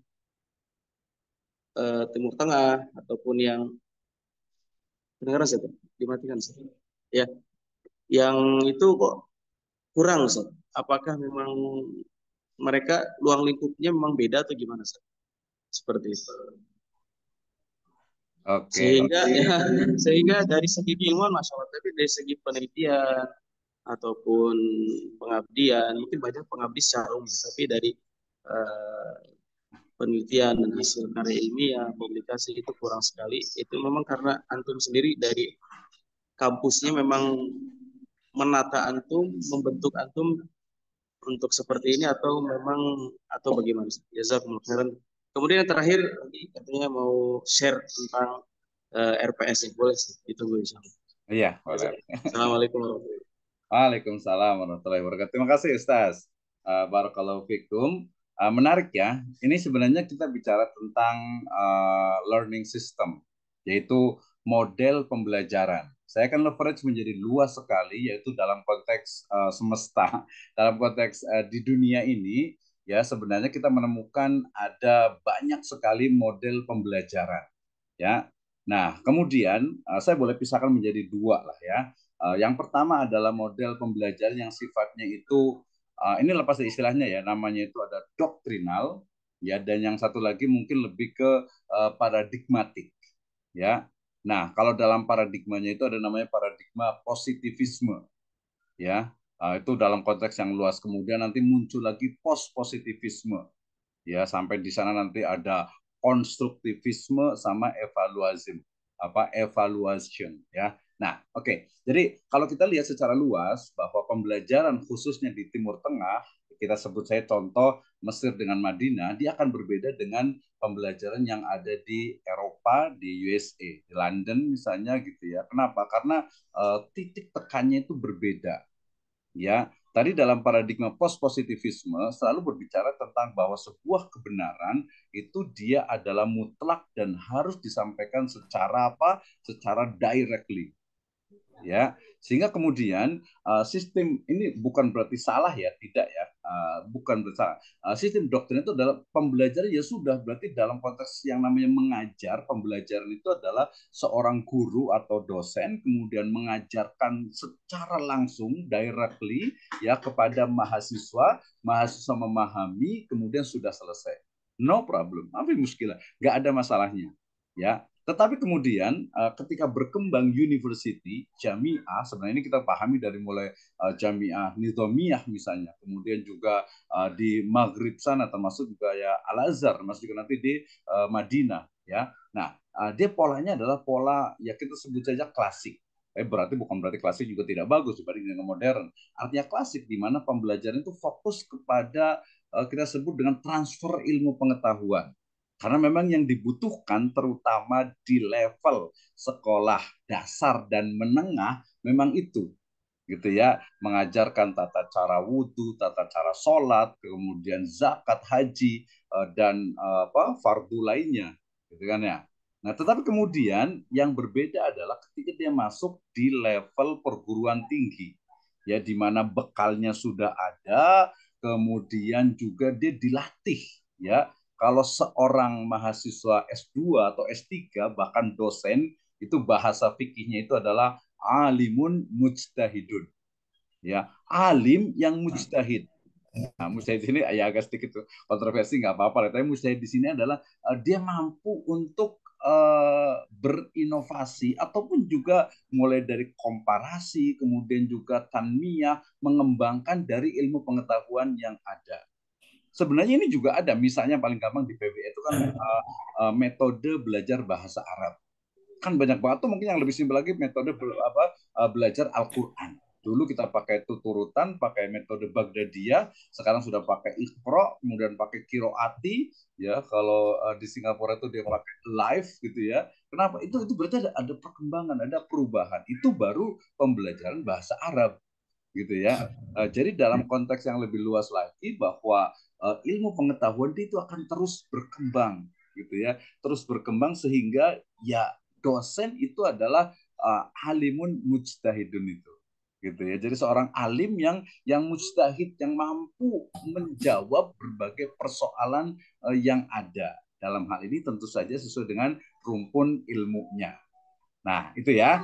Jadi ternyata kalau kita lihat di Timur Tengah dengan konteks doktrinalnya pembelajaran keagamaan gitu ya, sehingga memang metodenya seperti itu, tidak ada masalah.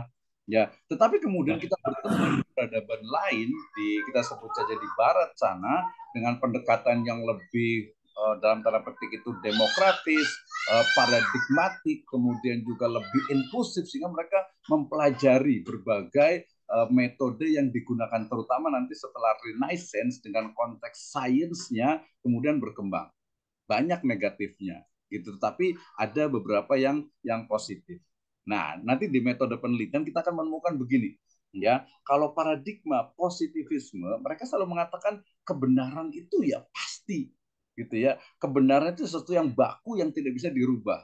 Tapi kemudian ya jangan lupa juga bahwa hampir semua metode penelitian yang ada di perguruan tinggi mereka semua menihilkan wahyu.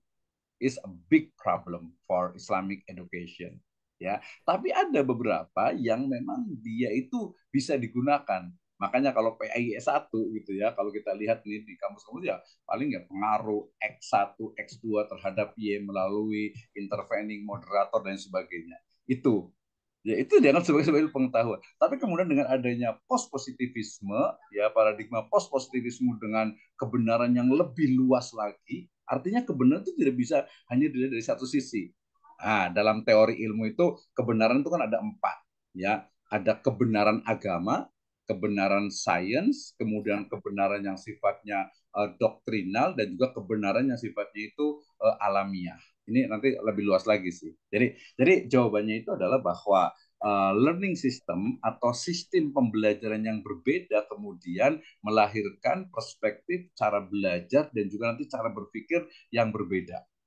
Nah, gitu ya. Nah, tapi saya lihat banyak sih sebenarnya misalnya di Saudi Arabia sendiri sekarang sudah berkembang tuh cara berpikir bagaimana membuat sebuah risalah. Saya ingat sekali kemarin waktu saya di Taskia itu saya membimbing satu mahasiswa S2, kebetulan S1-nya itu di Al Azhar gitu ya. Kemudian meneliti tentang sejarah akuntansi gitu ya. Kebetulan waktu itu dengan Ustadz Erwandi ininya dosen pembimbingnya gitu ya, dengan beliau. Nah, ketika membuat sebuah proposal ya karena nggak biasa di Al Azhar juga sama nggak biasa, akhirnya ini bukan penelitian, ini apa ya, ini ya paper makalah biasa gitu ya. Kenapa? Karena nanti dari sisi metodologinya, dan saya sangat ini sekali, sangat concern sekali dengan metodologi. Ada lebih dari 5 buku yang saya tulis tentang metodologi. Sebenarnya begini, mudah cara berpikirnya. Kalau ini kan semua dosen nih, dosen itu KKNI, Kerangka Kualifikasi Nasional Indonesia, itu di level 8.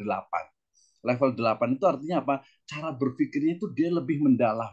Jadi bukan hanya, misalnya begini, ketika kita mengatakan sebenarnya, kalau dari sisi sejarah misalnya gitu ya, mana sih bukti otentik yang paling kuat tentang Sirah Nabawiyah misalnya.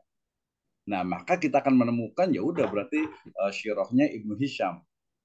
Nah, mahasiswa, siswa, sekolah dasar, sekolah menengah, sekolah atas, MA, SMA, ya udah dia belajar aja Ibnu Hisham atau mungkin Nurul Yakin atau Sirah Nabawiyah, itu udah cukup. Karena memang mereka hanya belajar. Tapi dosen itu bukan hanya dari situ, tapi dia harus betul-betul menggali lebih dalam. Ya ini Ibnu Hisham gimana nih cara proses penulisannya. Jangan sampai kita hanya baca terjemahannya atau mungkin baca bahasa Arab yang sudah istilahnya itu kopian yang keberapa. Jadi harus betul-betul dicari sampai istilahnya itu mana bukti yang kuat. Ini mungkin nanti bahasa ilmiah secara nanti menggunakannya historical approach. Ya kalau di Indonesia misalnya kita bolehlah membantah misalnya gitu ya. Oh ternyata Wali Songo itu nggak ada misalnya. Tapi kan nggak bisa kita ngomong nggak ada. Mana buktinya? Referensinya mana? Oh dari buku ini, oh itu buku primer. Itu bukan primary resource. Itu bukan buku utama. Sama ketika kita bilang mengatakan, oh ini madhabnya Imam Syafi'i gitu ya. Tapi ternyata dia nggak sampai ke madhabnya Imam Syafi'i itu seperti apa. Nah sumbernya pun, sumber referensinya itu hanya itu saja. Nah, seperti itu ya. Nah, sehingga kemudian itu dari sisi metodologi. Belum lagi nanti bicara tentang misalnya tadi bahasa Arab. Ya, sampai ada yang meneliti tentang bahasa Arab itu, ini bahasa Arab itu dia dari mana sih sebenarnya? Kalau dalam di Al-Qur'an saya mengatakan begini, Al-Qur'an itu kan di dalam bahasa Arab gitu ya. Tapi kemudian Nabi Musa, Nabi Yusuf, apakah mereka berbicara dengan bahasa Arab? Nah, artinya ada transkrip dari kehidupannya Nabi Yusuf dengan Nabi Musa alaihissalam itu ke dalam bahasa Arab.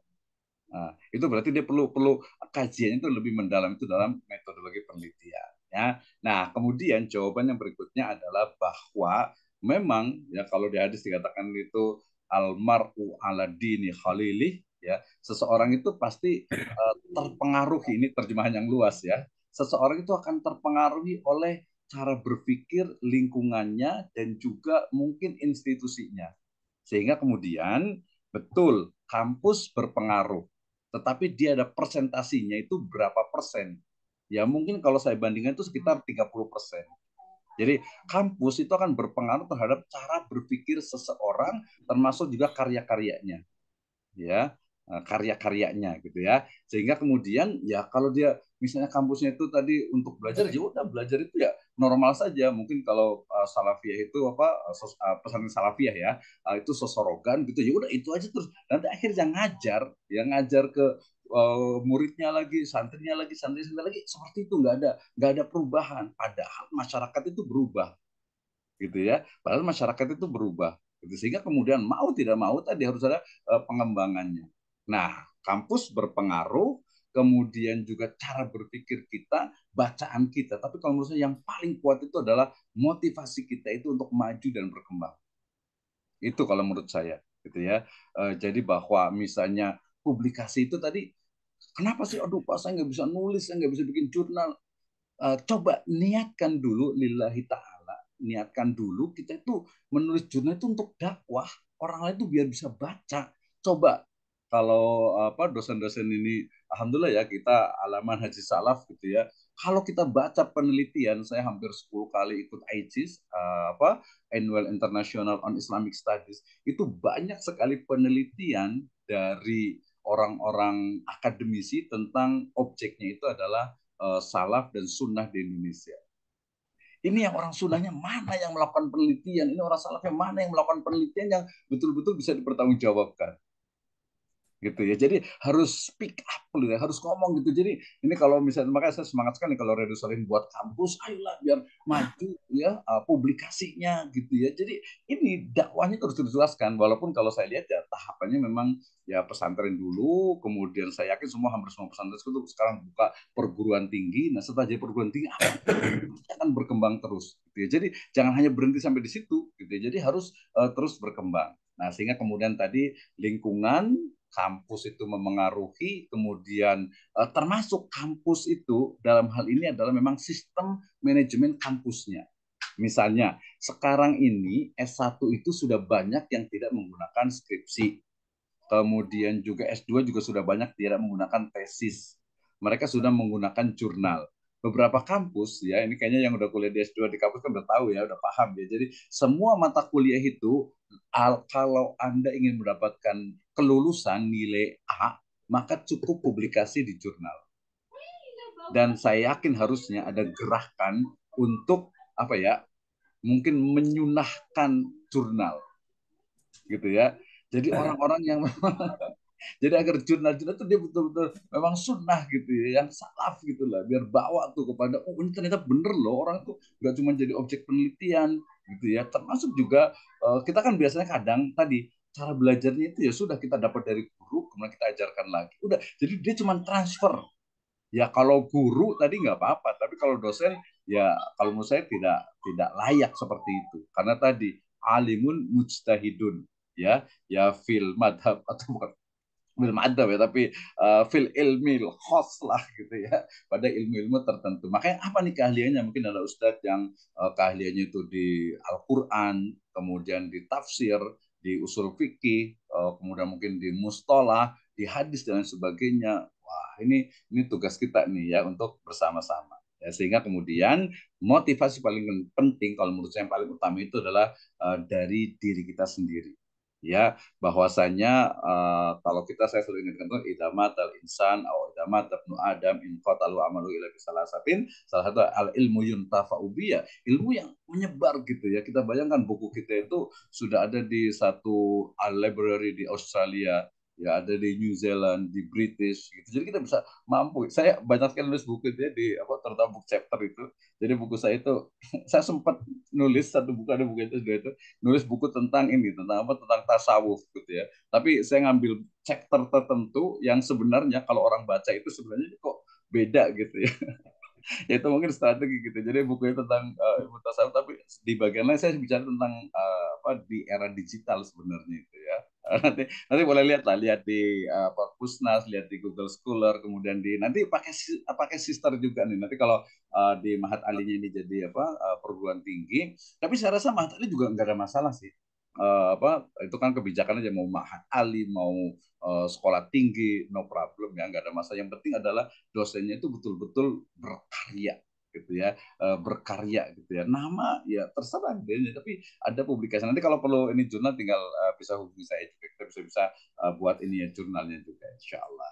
Itu saja ya.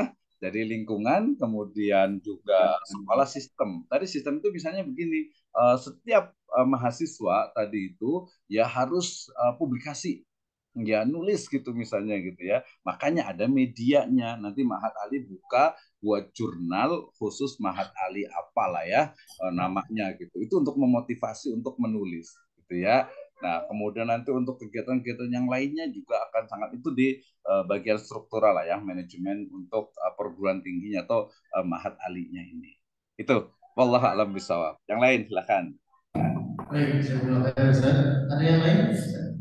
Ada.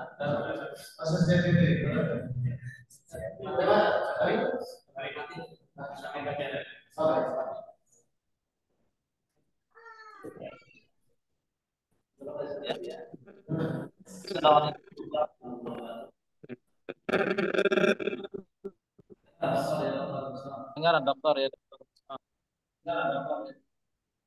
Ya, silakan Pak Suhendri, ada raise hand.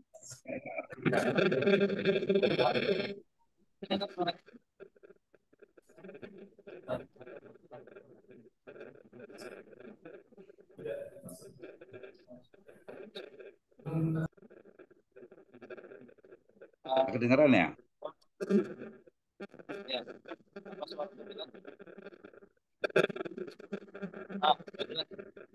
Ya, silakan Mas Henry.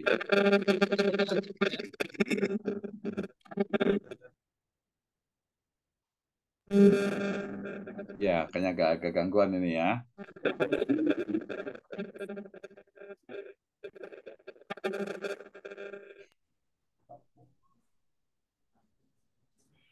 Ya, silakan. Assalamualaikum warahmatullahi wabarakatuh.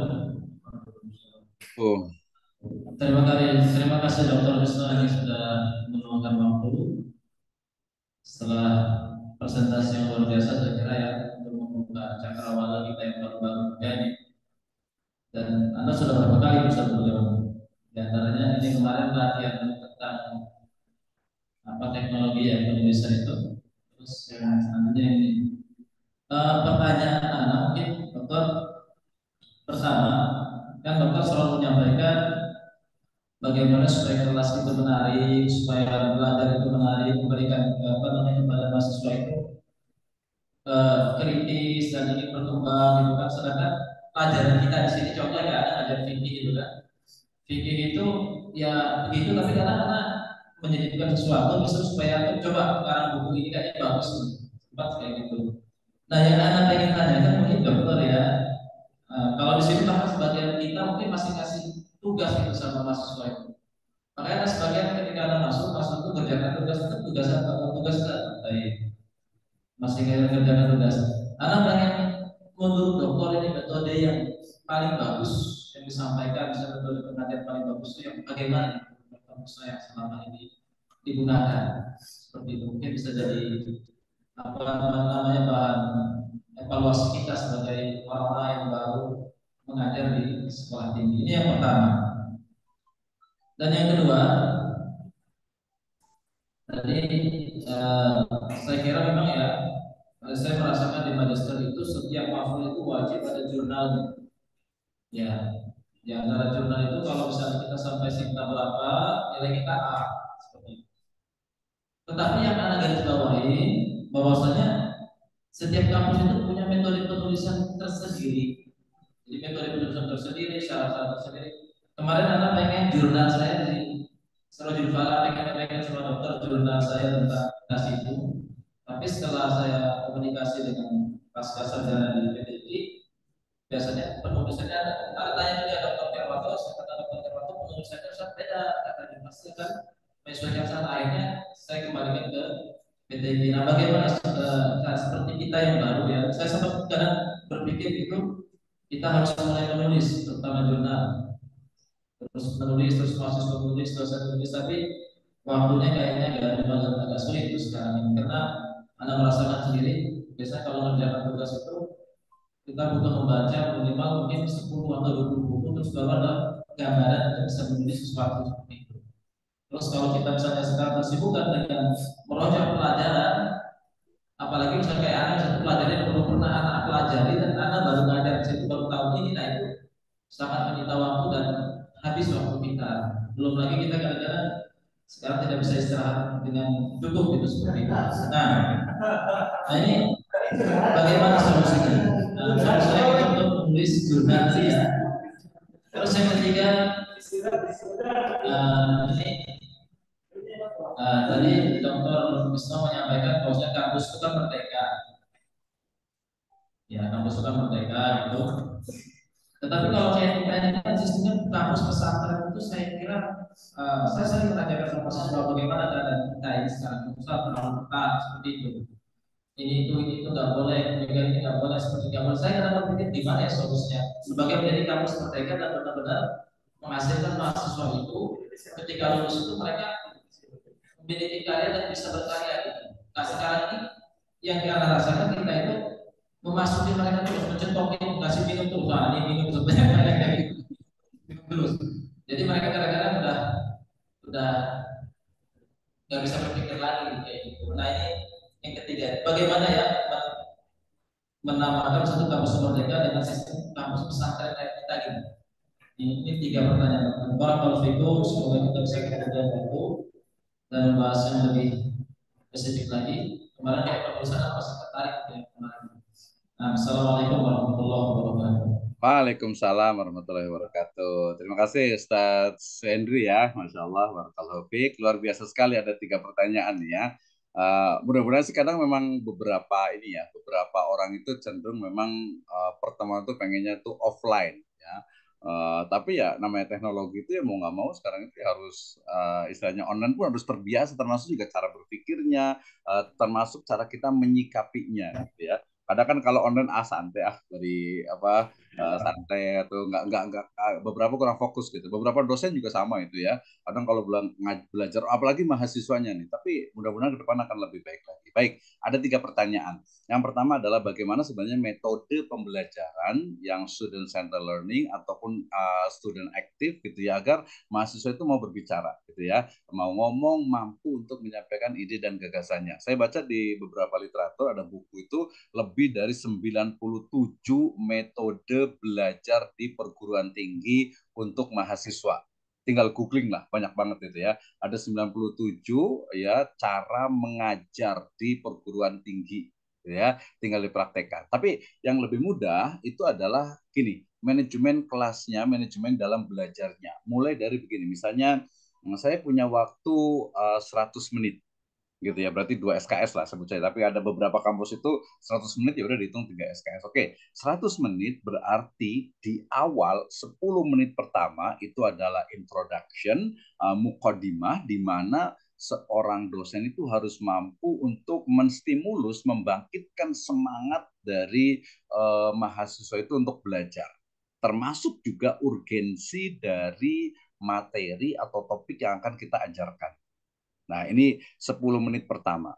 Ya. Kemudian 20 menit berikutnya itu adalah mengajak mahasiswa untuk mereka itu memberikan ide dan gagasan dan juga pemikiran-pemikiran, diajarkan, dibiasakan. Ya, kalau nggak biasa ya awal-awal memang nggak biasa, tapi lama-lama mereka akan tahu, bisa ngomong gitu ya, nanti akan diikuti gitu ya. Nah, di 20 menit berikutnya itu adalah bicara tentang atau membahas siswa itu atau mahasiswa itu mereka bisa berbicara ide gagasan, terutama mengaitkan dengan masalah-masalah yang dihadapi mereka sehari-hari. Misalnya kalau masalah keagamaan, fikih itu lebih mudah lagi ya. Kita hari ini belajar fikih mau tentang apa nih gitu ya. Misalnya sholat jenazah misalnya gitu ya, atau mungkin sholat khauf misalnya gitu ya. Nah, kaitan mahasiswa itu diajak untuk mengorelasikan antara teori yang dia pernah baca sebelumnya, yang pernah dengar-dengar lah dia gitu ya, kemudian dengan keperluan dari mahasiswa itu sendiri sekarang. Nah, ada aktivitas ya. Kemudian di 30 menit berikutnya biasanya mahasiswa sekarang itu modelnya itu adalah mereka diajak untuk diskusi ya.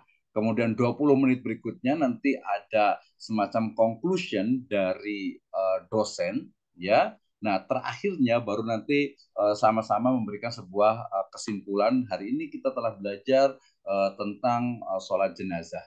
Nah, misalnya seperti itu. Jadi manajemen waktu itu penting. Jadi jangan sampai nih, ya misalnya 100 menit itu, ya 80 menit itu untuk ceramah terus gitu ya. Nah, syaratnya apa? Tadi yang saya pikirkan itu adalah referensi. Tadi sangat mungkin sekali. Apalagi dari dosen kan bisa, misalnya ada komputer atau komputer atau mungkin juga TV digital atau apa yang di situ disediakan untuk library sih sebenarnya. Jadi sekarang itu ya bukan lagi maktabah yang biasa, tapi sudah digital maktabah ya, digital library disiapkan gitu. Jadi nanti mahasiswa itu bisa mengakses di sana. Itu sangat mungkin sekali gitu ya. Jadi mahasiswa itu disiapkan. Nah, di awalnya tadi yang paling penting bicara tentang RPS-nya, berarti di pertemuan pertama pastikan bahwa mahasiswa dan dosen itu sepakat, oke, hari ini semester ini kita akan belajar misalnya tentang ilmu fikih. Pertemuan pertama kita akan belajar ini sampai ke pertemuan yang ke-14. Nah, di setiap pertemuan, misalnya di pertemuan yang mulai pertemuan yang ketiga, kita mau ini ya, apa namanya, jangan, kalau saya itu lebih cenderung jangan pernah mengatakan tugas kewajiban, itu nggak nyaman sekali, ya. Sampaikan aja kalau di awal itu, di mata kuliah saya itu tidak ada tugas, gitu ya. Pokoknya santai lah, tenang aja gitu ya, nggak usah ada tugas gitu ya, nggak ada tugas, nggak ada apa, kita belajar bareng-bareng. Kemudian tapi nanti ada tapi itu, saya mau ngasih mungkin sesuatu yang challenging, yang menantang, yang mungkin Anda itu akan, oh ternyata penting ya belajar fikih itu, ya misalnya apalagi kalau fikih ya paling banyak, akidah juga apalagi gitu ya. Sangat banyak sekali. Tadi penggunaan media dan sebagainya itu sangat mengisahkan. Jadi tadi banyak sekali metode yang digunakan, tetapi secara umum metodenya itu adalah memanage waktu agar tepat dan juga membangkitkan mahasiswa itu agar terbiasa. Jadi nanti bahkan kita bisa, jangan hanya saya, jangan hanya istilahnya itu dosen yang bertanya, tapi nanti mahasiswa dibiasakan untuk bertanya. Nah, ini juga kita harus pahami. Jadi maksud mungkin ya, ada memang dia nggak suka ngomong gitu ya, nggak suka bicara gitu ya. Nah, seperti apa nih? Ya kita, oh berarti dia lebih suka mendengar, atau mungkin dia lebih suka pakai visual gitu ya. Ada juga yang mungkin, oh dia memang orangnya kritis nih, gitu, suka nanya gitu ya. Kita bagi-bagi waktunya, menstimulus untuk, jadi Anda belajar di mata kuliah saya ini adalah agar Anda itu mampu untuk mengungkapkan ide dan gagasan Anda dan bermanfaat untuk orang di sekitarnya, bukan hanya bermanfaat untuk diri sendiri. Oke, itu yang pertama. Ya, yang kedua, nah ini penting. Jadi jangan terlalu terpaku dengan, oh ini format penulisannya tesis ya di kampus A B C beda, nulis jurnal gaya selingkungnya itu di jurnal A B C D itu beda. Ya memang secara teknis itu beda, tapi saya bisa katakan 90% itu sama. Namanya jurnal, ya pastilah nama penulisnya, kemudian email, kemudian institusi, kemudian abstrak, introduction, background, pendahuluan, mukodimah, kemudian mungkin ada metode yang digunakan, baru data yang sudah didapatkan, kemudian analisis datanya, kemudian diskusi atau konklusi, kesimpulan, referensi. Udah itu aja. Jadi nggak perlu bingung. Mungkin bingung karena baru, oh ini kok beda sih ini ya. Enggak ya. Jadi 90% format penulisan jurnal dan juga skripsi, tesis, disertasi itu sama. Gitu ya. Karena sebenarnya ini kan berpikir secara tadi ya, logis, sistematis, empiris. Jadi kalau saya lebih cenderung metode penelitian kalau diterapkan oleh Islam itu betul-betul memang apa adanya. Nah, artinya apa? Betul ya, mendekati, mungkin nggak sampai kepada kebenaran sejati ya, tapi yang paling mendekati kepada kebenaran, gitu ya, yang paling mendekati kepada kebenaran. Dan ini perlu riset, misalnya nih, agak menyimpang sedikit nih, mohon maaf nih. Sekarang pesantren-pesantren sunnah itu sudah banyak menggunakan sudah mulai terbiasa ya pakai wisuda, gitu kan ya, wisuda akhir sanah dan lain sebagainya, gitu ya. Nah, kalau kita ini sebenarnya tren seperti apa, kemudian histori itu seperti apa, hukumnya bagaimana, kemudian juga ke depannya itu akan seperti apa ya, ada futurologinya itu. Artinya berarti kita bisa buat riset di situ. Kita buat riset gitu ya. Bahkan misalnya manajemen di Riyadhus Shalihin. Ya kita bisa riset, nggak bisa gini ya. Saya mau meneliti tentang, mohon maaf, misalnya saya mau meneliti tentang manajemen di Pondok Pesantren Riyadhus Shalihin. Ya kan? Nah, secara metodologi berarti saya harus mampu untuk mendeskripsikan dan menganalisis manajemen di Pondok Pesantren Riyadhus Shalihin. Kalau saya cuma datang sekali, 2 kali, tidak valid, tidak sikoh. Saya hanya nanya ke Ustadz A, Ustadz B, Ustadz C, tidak valid juga, tidak sikoh. Gitu ya. Kenapa? Datanya itu perlu ada triangulasi, perlu adanya cek member atau member cek ya, perlu adanya nanti forum group discussion, pertanyaannya pun mesti beberapa orang, kalau perlu semuanya, itu baru bisa menggambarkan bagaimana hakikat dari manajemen Pondok Pesantren Riyadhus Shalihin. Apalagi nanti sampai kita mau cari masalahnya apa nih. Insya Allah nggak ada masalah ya di Riyadhus Shalihin. Pesantren lain aja nih ya. Oh ada pondok pesantren lain kok ada masalah ya. Misalnya di Bogor ada satu pondok pesantren besar, kemudian kok tiba-tiba santri itu berkurang. Apa nih? Apakah karena simbol dari pengasuhnya, mungkin yang mungkin qadarullah sudah meninggal misalnya gitu ya, atau mungkin manajemennya kurang bagus, atau mungkin konflik internal. Kalau konflik ini apa nih penyebabnya nih? Solusinya seperti apa? Teorinya apa? Nah, itu ya. Nah, itu namanya penelitian, sehingga kemudian nanti dipublikasikan sehingga nanti formatnya tidak jauh berbeda. Jangan khawatir ya. Jadi 90% itu sama. 6. Kemudian yang ketiga sampai agak lupa nih jadinya yang ketiga nih ya. Nah, kalau yang ketiga itu nanti terkait dengan sebenarnya kalau umpamanya Riyadhus Shalihin ini baik itu Mahat Ali ataupun sekolah tinggi agama Islam gitu ya, maka menurut saya gitu ya bahwa ya dengan kekuatan dari, kalau kekuatan dari Allah Subhanahu wa taala ya. Artinya itu kekuatan manajemen untuk mengelola kampus yang tadi mungkin dia berbeda-beda, ya mungkin maksudnya berbeda itu dari sisi backgroundnya, cara berpikirnya, kemudian juga keperluannya gitu ya, agak berbeda sehingga mungkin ya perlu adanya komunikasi, kemudian juga koordinasi, kemudian juga apa nih penentuan dari visi misinya, kemudian juga nanti kekhasan dari alumninya, kemudian karakter dari nanti profil lulusannya dan seterusnya. Tapi saya boleh ulang lagi. Itu kalau pertanyaan ketiga boleh diketik atau apa tadi apa? Lebih detailnya lagi. Yang ketiga tadi tentang apa?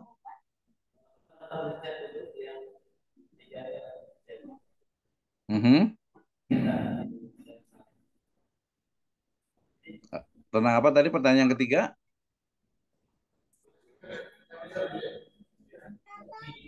Sampai lupa kayaknya nih ya.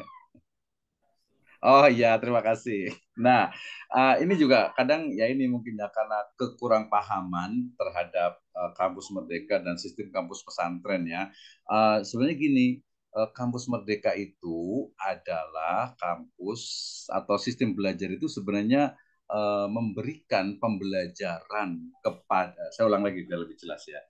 Jadi kampus Merdeka, belajar Merdeka, KMBM itu adalah memberikan kesempatan kepada mahasiswa di satu program studi untuk merasakan ya pembelajaran di kampus lainnya. Itu yang pertama. Pada beberapa semester. Jadi nanti misalnya Mahat Ali Riyadhus Shalihin ini dalam satu semester nanti bisa mahasiswa itu tukeran dengan STDI. Ya, atau nanti ganti lagi STDI itu nanti mahasiswa itu di kampus ini lagi. Itu pertama. Jadi ada pengalaman. Tapi biasa lebih bagus mungkin kalau bisa kerjasama dengan Madinah bisa saja nih. Walaupun di Mahat Ali di Pandeglang, tapi satu semester itu bisa di Madinah. Gitu ya, tinggal kerjasamanya nih kuat ini aja gitu ya. Nah, itu namanya kampus merdeka, artinya mahasiswa itu diberikan kemerdekaan, kebebasan untuk bisa ya 1 atau 2 semester itu di kampus lainnya. Itu yang pertama. Yang kedua adalah bahwa mahasiswa itu boleh mengambil mata kuliah yang tidak sama dengan atau yang tidak ada di program studinya.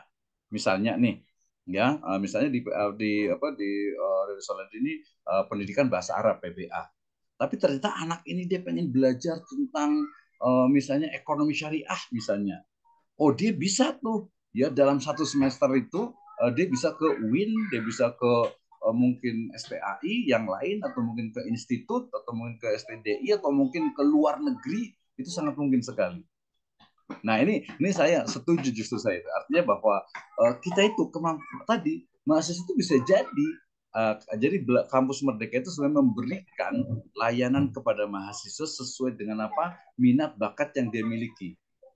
Jadi semangatnya itu sebenarnya setiap orang itu punya interest, punya mungkin kenyamanan atau memiliki istilahnya itu interest ya, suka dengan satu bidang tertentu. Misalnya tadi, ternyata ini ada di misalnya PAI misalnya, dia udah kuliah di PAI gitu ya. Tapi ternyata dia itu sebenarnya suka syariah, dia suka usul fikih. Ya udah dalam satu semester dia bisa ngambil usul fikih di kampus lain atau di program studi lain. Gitu ya. Nah, ini kalau menurut saya justru lebih manusiawi kali ya, lebih manusiawi, artinya nggak tersekat ke bidang itu terus gitu. Nanti efeknya itu sangat ini sekali nih, efeknya ini misalnya gitu ya, itu tidak menyeluruh dalam memahaminya. Orang PAI taunya PAI saja, orang PBA taunya PBA saja, orang Ahlus Syasiyah taunya Ahlus Syasiyah saja. Nah, harusnya tidak seperti itu. Ya, bahkan kalau kita merujuk ke ulama kita kan generalis. Ibnu Taimiyah misalnya gitu ya, beliau itu kan banyak sekali ilmu, dari ilmu mantik sampai ilmu fikih, ilmu tafsir gitu ya. Nah, itu semuanya, tapi karena kekurangan dari kita. Jadi belajar merdeka, kalau menurut saya mungkin ya, ini semacam prediksi. Pesantren merdeka itu adalah pesantren yang dia itu memberikan kesempatan kepada santrinya itu mungkin satu semester mungkin di sini di Riyadhus Shalihin ke mana tuh, mohon maaf kalau salah, ke Imam Bukhari misalnya, atau ke Al Irsyad misalnya, atau mungkin ke Al Wildan misalnya, untuk merasakan ini yang berbeda.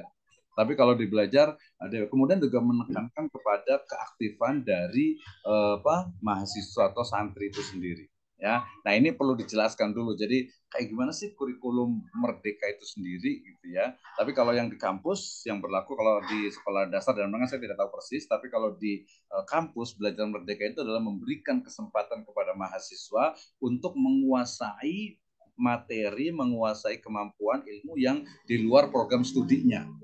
Gitu ya. Kemudian juga mendapatkan pengalaman belajar di kampus lain ya, dengan suasana yang berbeda, sehingga kemudian menemukan ternyata belajar di kampus ini begini, kampus begini. Jadi dia ada beberapa pengalaman. Saya rasa kalau kita paham sekali, kita insya Allah paham semuanya bahwa Imam Bukhari misalnya, Imam Muslim misalnya, Abu Daud dan sebagainya, itu gurunya itu sangat banyak sekali. Paham ya? Saya paham semua, yakin semua. Gurunya itu banyak, kayaknya nggak ada tuh guru cuman satu apalagi. Ya 2, 3, kayak saya yakin itu di atas 5, 10 gurunya, bahkan ada yang sampai ratusan. Artinya apa? Cara berpikir itu akan mempengaruhi, akan ternyata belajar itu luas ya.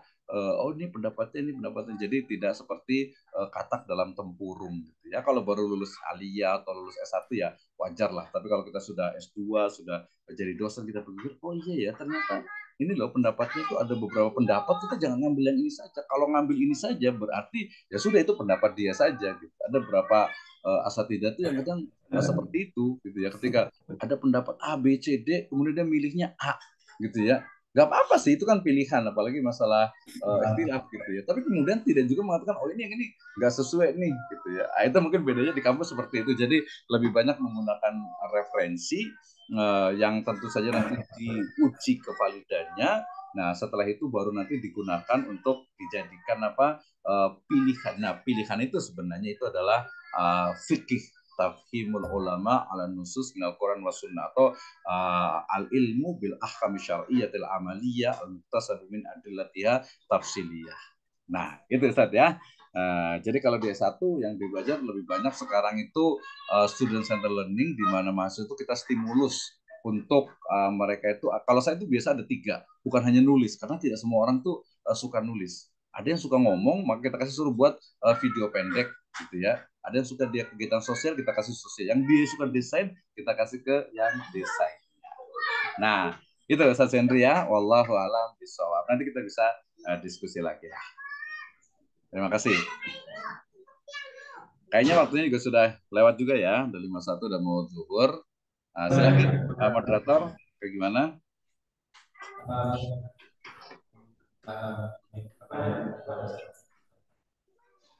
Izin bertanya lagi boleh? Cek. Maaf, boleh izin bertanya kembali, Pak? Ya, silakan. Jasa pembicaraan atas ilmunya yang sangat luar biasa, Pak Dokter. Izin memperkenalkan diri, saya Sofian Hadi, Pak. Yang berangkat dari guru, Pak. Saya dosen baru di sini. Nah, boleh sambil di ini ya, agak kurang jelas suaranya ini. Suaranya kurang jelas. Jadi dosen baru rasa lama gitu Pak saya. Iya, oke lanjut. Dosen baru rasa lama gitu ya. Ya, saya basicnya dari dulu Pak, Mama. Nah, ya, jadi pindah di sini, jadi pertanyaannya kaitannya tentang beberapa hal yang sifatnya teknis mungkin Pak Dokter. Yang pertama kaitannya dengan supervisi. Berarti apakah di jenjang kuliah itu memang ada program supervisi untuk dosen gitu ya? Karena kalau di sekolah kan ada ya supervisi sekali dalam satu semester. Kemudian teknisnya apa memang seperti di sekolah, memang ada yang menilai seperti itu atau ada yang mengevaluasi kita masuk dan melihat cara mengajar seperti itu Pak Dokter. Atau tadi saya sempat dengar bahwa ada sistem survei kepuasan mahasiswa. Nah itu apakah itu sebagai bentuk dari supervisi itu Pak Dokter atau itu namanya program apa ya? Memang program berbeda dari program supervisi seperti itu ya. Yang dikatakan tadi survei kepuasan mahasiswa. Kemudian ini juga menarik bagi saya Pak Dokter karena mungkin kalau di sekolah kan nggak ada ini survei kepuasan siswa tidak ada. Jadi saya baru dengar survei kepuasan mahasiswa. Nah nanti mungkin kami bisa minta contoh instrumen kuesionernya, pertanyaan-pertanyaan apa gitu yang bisa apa namanya kita bisa menilai dari sana tentang kepuasan mahasiswa ya dari instrumen tersebut gitu ya. Itu yang pertama Bapak. Kemudian yang kedua, tadi saya katakan saya datang dari basic guru ya, dan guru saya sudah sertifikasi alhamdulillah. Nah, pertanyaannya apakah sertifikasi saya ini nanti akan bisa dipakai di sekolah di jenjang perguruan tinggi? Atau apakah misalnya nanti itu apakah prosesnya akan mengikuti PPG lagi kalau di sekolah dulu kan kita PPG saya selesai dan kebetulan saya jurusan PAI Pak di sekolah ini PPG-nya atau sertifikasinya sertifikasi PAI. Nah, apakah akan terpakai di jenjang perkuliahan atau harus PPG lagi misalnya nanti di jenjang perguruan tinggi seperti itu Pak Dokter. Kemudian selanjutnya tentang linearitas. Tentang linearitas. Ya, betul. Kalau di sekolah kan kita belajar sesuai dengan bidang kita gitu. Kalau saya misalnya S2-nya PAI, saya belajar PAI. Apakah juga di jenjang perguruan tinggi di dosen seperti itu? Saya ini kan sekarang di jurusan PAI S2-nya, saya mengajar bahasa Arab sekarang. Apakah itu masih disebut harus seperti linearitas tadi? Kemudian yang selanjutnya tentang penelitian, tadi saya sempat dengar itu minimal 1 jurnal itu 1 semester untuk dosen ya. Itu 1 jurnal itu apakah dalam bidang keahliannya, misalnya saya ini ngajar bahasa Arab, saya harus meneliti membuat jurnal tentang pembelajaran bahasa Arab atau dengan tema lain. Saya misalnya ngajar bahasa Arab, tapi saya membuat jurnal ini tertarik dengan fikih misalnya atau akidah misalnya seperti itu. Apakah harus apa namanya jurnal itu harus kemudian selanjutnya tentang beban kerja dosen minimal 12 SKS per minggu ya dan maksimal 16 SKS. Dan itu apakah beban kerja itu maksudnya mengajar saja atau terbagi menjadi 4 kewajiban dosen tadi? 3 kewajiban dosen tadi, 3 materi.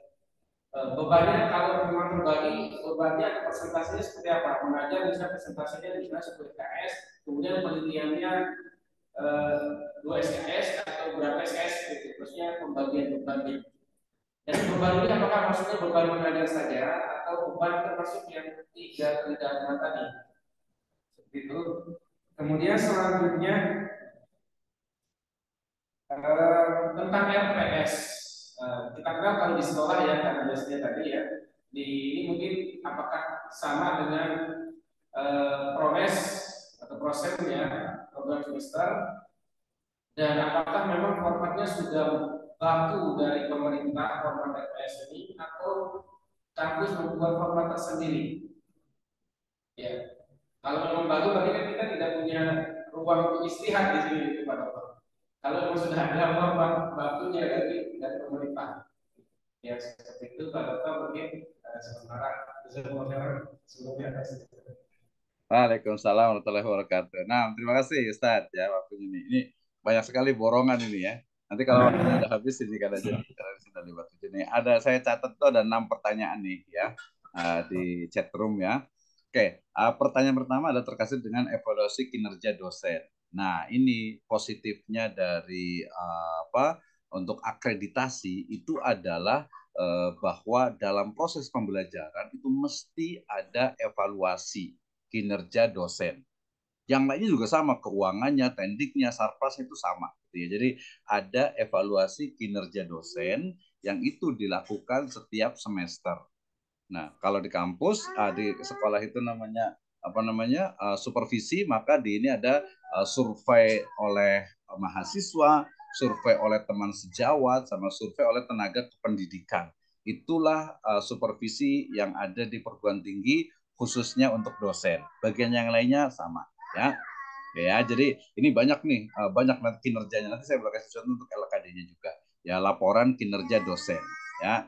Sertifikasi dosen, apakah bisa dari sertifikasi guru? Tidak, beda deh ya, berbeda. Jadi saya juga tadi kan 2008 sertifikasi guru, kemudian 2009 daftar sertifikasi dosen lulus, kemudian akhirnya sertifikasi gurunya mengundurkan diri, ya.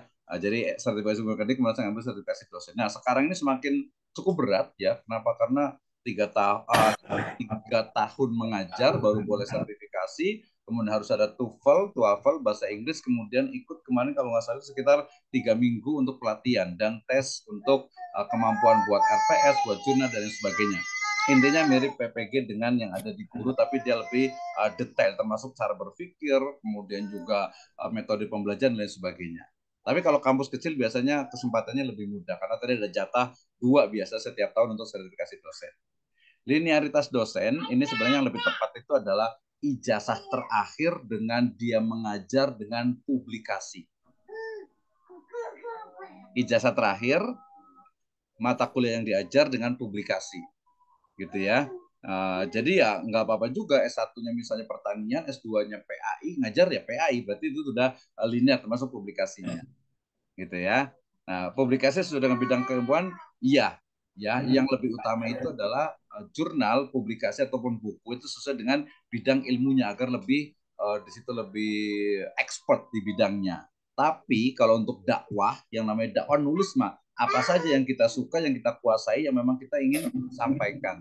Tapi kalau secara akademik ya memang sesuai dengan rumpun ilmu dan keahliannya. SKS mengajar 12, kemudian penelitian dengan pengabdian itu rata-rata 4 SKS per semester. Jadi kalau saya ngisi BKD LKD itu di kompetensi 2 itu adalah ada 16 SKS. Jadi 12 SKS itu hanya mengajar saja. Ya, 2 SKS lagi penelitian, 2 SKS lagi pengabdian. Publikasinya itu nanti ada di Tridharma itu. Ya, penelitian, pengajaran, pembelajaran itu. Jadi bukti dari penelitian itu adalah publikasi. Bukti dari PKM itu selain juga laporan PKM itu juga adalah publikasi juga. Nah, terakhir RPS apakah sudah baku? 75% baku, 25% itu adalah inovasi dari kampusnya masing-masing. Karena memang dia perlu tuh untuk apa? Untuk kekhasan dari kampusnya masing-masing. Oke, terima kasih ya. Itu dari saya. Kebetulan sudah ada next time, misalnya kita bisa sambung lagi lah. Baik, jazakumullah khair Pak Dokter atas pemaparannya dalam kesempatan yang baik ini. Semoga insya Allah kedepannya bisa mengundang langsung Pak Dokter untuk bisa bertemu dengan kita, sharing, berbagi dan kita akan diskusi yang lebih mendalam lagi berkaitan dengan pelatihan dosen profesional. Kami ucapkan terima kasih Pak. Jazakumullah khair atas waktunya. Semoga Allah senantiasa menjaga antum dan keluarga. Amin ya rabbal alamin. Alhamdulillah para dosen pengajar kita sudah mengadakan webinar. Alhamdulillah kita sudah banyak mengambil pelajaran dan pengalaman serta hal-hal yang barangkali baru. Insya Allah bisa meningkatkan kualitas kita sebagai seorang pengajar profesional. Barakallahu saya tutup. Subhanallahumma wa bihamdika. Assalamualaikum warahmatullahi wabarakatuh. Waalaikumsalam warahmatullahi wabarakatuh. Baik, silahkan. Waalaikumsalam. Waalaikumsalam.